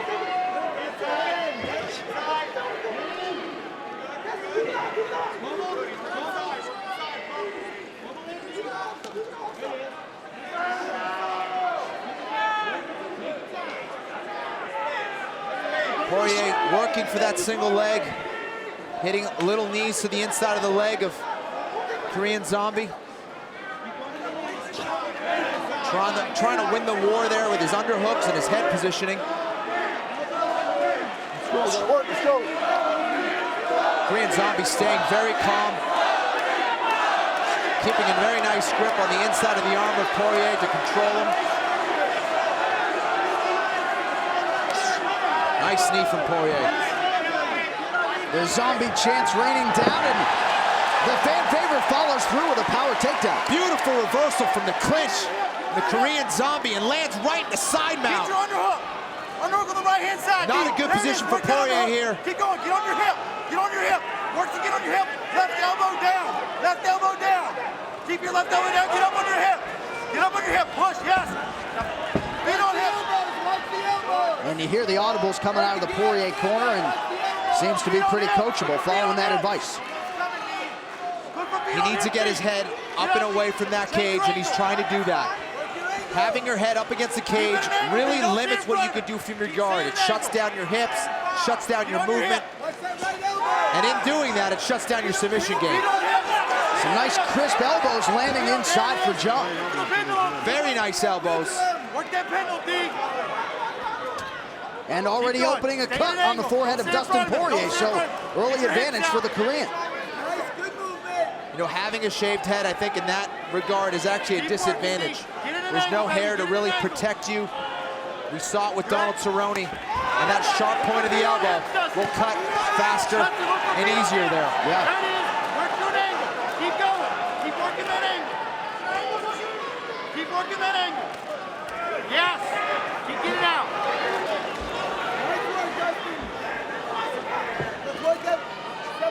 The Korean Zombie's ground game has improved leaps and bounds, as his entire game, and showing a nice top game here. You see, he's really matured as a fighter. He's not spazzing out. He's taking his time. He's methodically trying to work to pass the guard. Nice reversal from Poirier. Beautiful sweep. And you know Poirier's game. He knows the Korean Zombie's not easy to put away. He was expecting 25 minutes tonight. You know, I mentioned both of their submission wins. The famous twister that Korean Zombie hit last year, and Poirier's sick triangle from the mount that he hit this year, and it's become a ground war.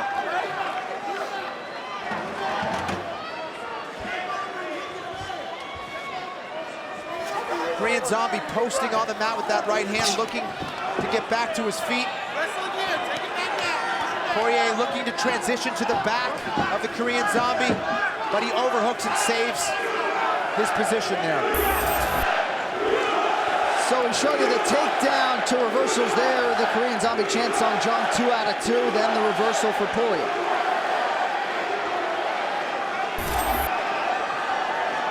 Korean Zombie almost to his feet here, using the fence to his advantage very well. Now it's Poirier who's trying to work for this single leg. He needs to pick it up and run the pipe. He switches to a body lock. Nice little elbow off the clinch from Poirier and a knee. These guys are going at it. And you see Poirier cracking a smile as he lands his most significant strikes of the fight. Poirier's got to watch for that right hand of the Korean Zombie. A nice sprawl from the Korean Zombie here, forcing the head of Poirier to the mat.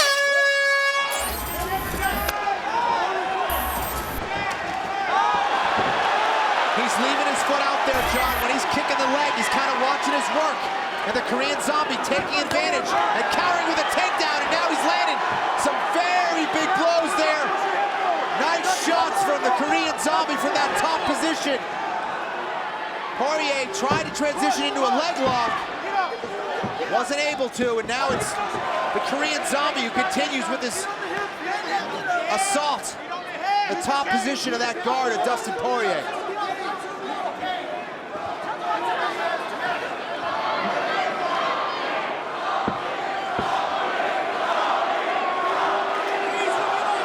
Very impressed with the strategy of the Korean Zombie.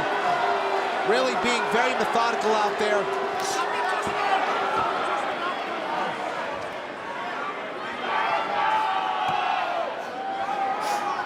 Poirier looking to his corner for advice. Korean Zombie trying to base forward. Land those elbows that he landed in the first round. And it's Poirier who's trying to work a high guard.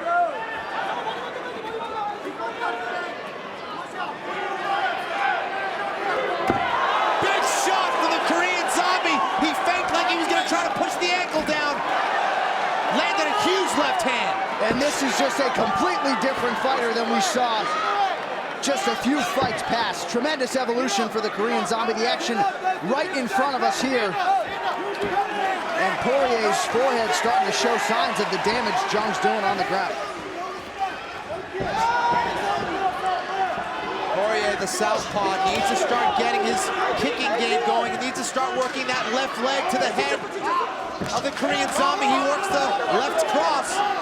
Instead, he's got to watch out for that right hand. Korean Zombie is dangerous with that right hand. Nice little right hook from Poirier. Spun Chan Sung Jung around. Huge flying knee lands for Chan Sung Jung, and he keeps throwing shots at the favorite, Dustin Poirier. Wow, look at that transition. Beautiful stuff. He countered that double leg. Reversed him right into the mount position. Just when he thought Poirier had him with that power double, he reverses it into a beautiful sweep right into the mount position, no less. Korean Zombie's on fire now and in a great position to finish this fight. And keeping the work rate up. Mixed martial arts at its best. So a very dominant position here for Chan Sung Jung. He's got 2 minutes and change with which to work. Poirier needs to let go of that grip. He's not going to be able to stall from there. He needs to push on the knee of the Korean Zombie and start getting back to his guard. Holding up there isn't going to help him at this point. He needs to push on the knees, push on the hips, and start getting his hips and legs back into this fight. Look at this transition from the Korean Zombie, John. Beautiful stuff. Can he finish it? He's now working for a triangle. Poirier counters that, but he's still not out of trouble. Korean Zombie now back to the triangle. They're transitioning so fast. This place is going nuts. You see why Chan Sung Jung's a fan favorite activity. He's relentless, John. He's relentless. He's going from armbar to triangle, back to armbar. Now he's not stopping. He's attacking with elbows from this position. And Poirier's in trouble now as he goes belly down with the Russian armbar. Poirier needs to roll out of this, and he does. What hard technique for Poirier. Now he's in the side mount. Can he get the mount? Korean Zombie gets back to his half guard, and now full guard. My God. And the crowd very appreciative here. What a second round. John, this is why I love seeing the little guys go at it. It's non-stop action, technique at the highest level. And they're not stopping. These guys aren't getting tired. They just keep going. If they do get tired, they just keep throwing shots, keep transitioning into submissions. Beautiful stuff.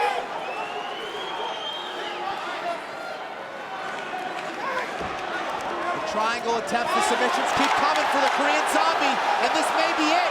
This is very tight. Poirier trying to counter by going to that side. Let's go, fight!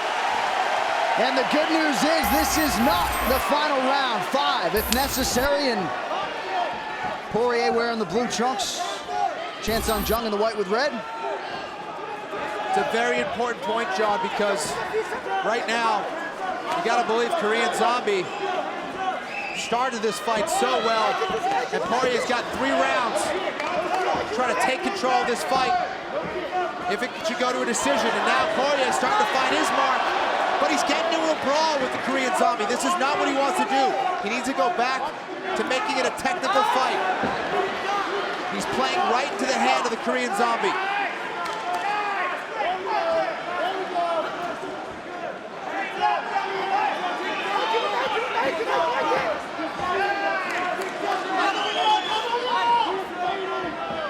Poirier thus far unable to really find his range with much consistency. Pressing forward. This has truly been such a fast-paced fight. We're talking about the weight cut being difficult for Chan Sung Jung. And that may very well play a factor in this fight. This is a 5-rounder, and he's starting to slow down. Yeah, we asked him what was the most difficult part of his preparation for Dustin Poirier, and didn't mention any discipline or strength. He said it was the weight cut. Yeah, these are big featherweights here. Nice jab from Poirier. This is what he needs to do, really get that range going, utilize that reach advantage. He's swinging punches, though. He's starting to starting to get away from his technique. He needs to keep it technical, keep him on the outside, and that's what's winning him this round right now. If he can get a little bit busier, he can start to steal this fight away because Korean Zombie is definitely slowing down. And that straight left for Dustin Poirier is starting to land with some consistency. Poirier is moving straight back. He needs to get back on his bike, get some lateral movement going. Because you know, the Korean Zombie lands one shot, another one's coming. And now look at this, as he went straight back and just turned into a body clincher takedown for Chan Sung Jung, right in the side mat. And once again, a nice reversal by Poirier. But great timing by Chan Sung Jung to score some points there. Beautiful, another beautiful body clinch takedown, John, from the Korean Zombie. And now a nice welt under the left eye of the Korean Zombie, Chan Sung Jung, and he eats another couple strikes to the dome. So here comes Dustin Poirier. His hands are really, Korean Zombie's hands are really starting to drop. If I was Dustin Poirier, being the southpaw, go upstairs with a left kick. Big knee for the Korean Zombie to the body. Both of these men are starting to tire. Nice little short elbow from Poirier. Korean Zombie gives him some room. Man, what a pace, what a fight.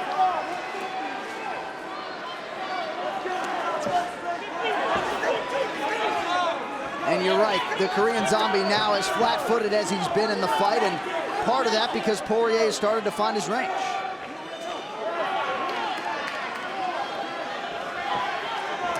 We also point out neither of these guys has gone past the third round in their mixed martial arts careers. Yep, they're going to be going into uncharted territory here. You know, this fight always starts on whose skill is better.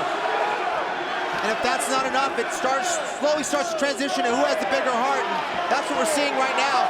Who's more conditioned and whose will is greater here in the later rounds. Big knee from the Korean Zombie. And Poirier has absorbed several significant strikes and keeps hanging in there in the pocket. Poirier's really winging that left hand. He needs to stay on balance. He needs to keep his technique going. He's thrown himself off balance when he's trying to overcommit to that left hand. There it is. Now it's crisp shots from Dustin Poirier. And you see the significant strike gap. Dustin Poirier beginning to close at 50 to 36 right now. And that left eye of the Korean Zombie, Chan Sung Jung, bears watching. He has absorbed a lot of punishment in this round, more in this round than the first and second rounds combined. Definitely, Poirier is finding some very good moments. He's finding a home for that left hand. And he's finding it because he's throwing it straight and crisp. He's not trying to take the Korean Zombie's head off. He's just trying to land it. Precision, technique.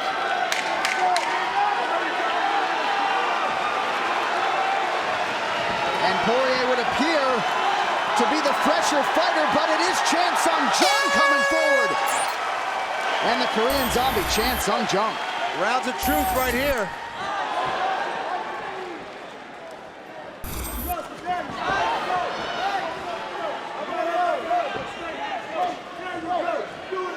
Now Poirier's starting to find his mark with that left hand. He needs to finish the combination with his right hand, whether it's a hook or a little short jab.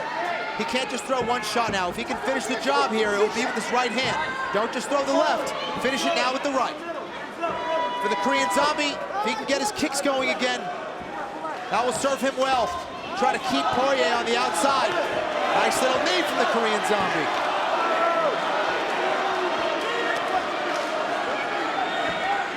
Poirier going back to his jab, and there's the right uppercut. Poirier is hurt. And immediately when he's stunned, he goes for that takedown. The uppercut and the knee really putting Poirier in a bad spot. He's in the Darce choke right now. He can finish this. This is the choke that Poirier has used. Korean Zombie just finished him with his own choke. Chan Sung Jung has done it again. How about the Korean Zombie? Wow. Here it is. Look at this leaping uppercut. Bang!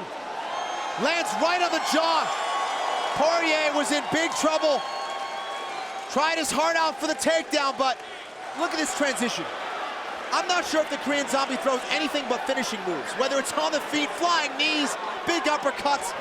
He doesn't want to waste any time. He wants to get his check and get out of here. And that's why he's such a fan favorite. You saw the complete MMA arsenal of Chan Sung Jung here tonight, and there were pockets there in that third round where maybe fatigue started to set in. Well, he rose above it in a huge way here tonight, and once again comes through as a pretty sizable underdog. Mark Hominick, step aside. Dustin Poirier, step aside. Ladies and gentlemen, referee Dan Mergliata has called a stop to this contest at 1 minute, 7 seconds of round number 4. Declaring the winner by submission due to a Darce choke, the Korean Zombie,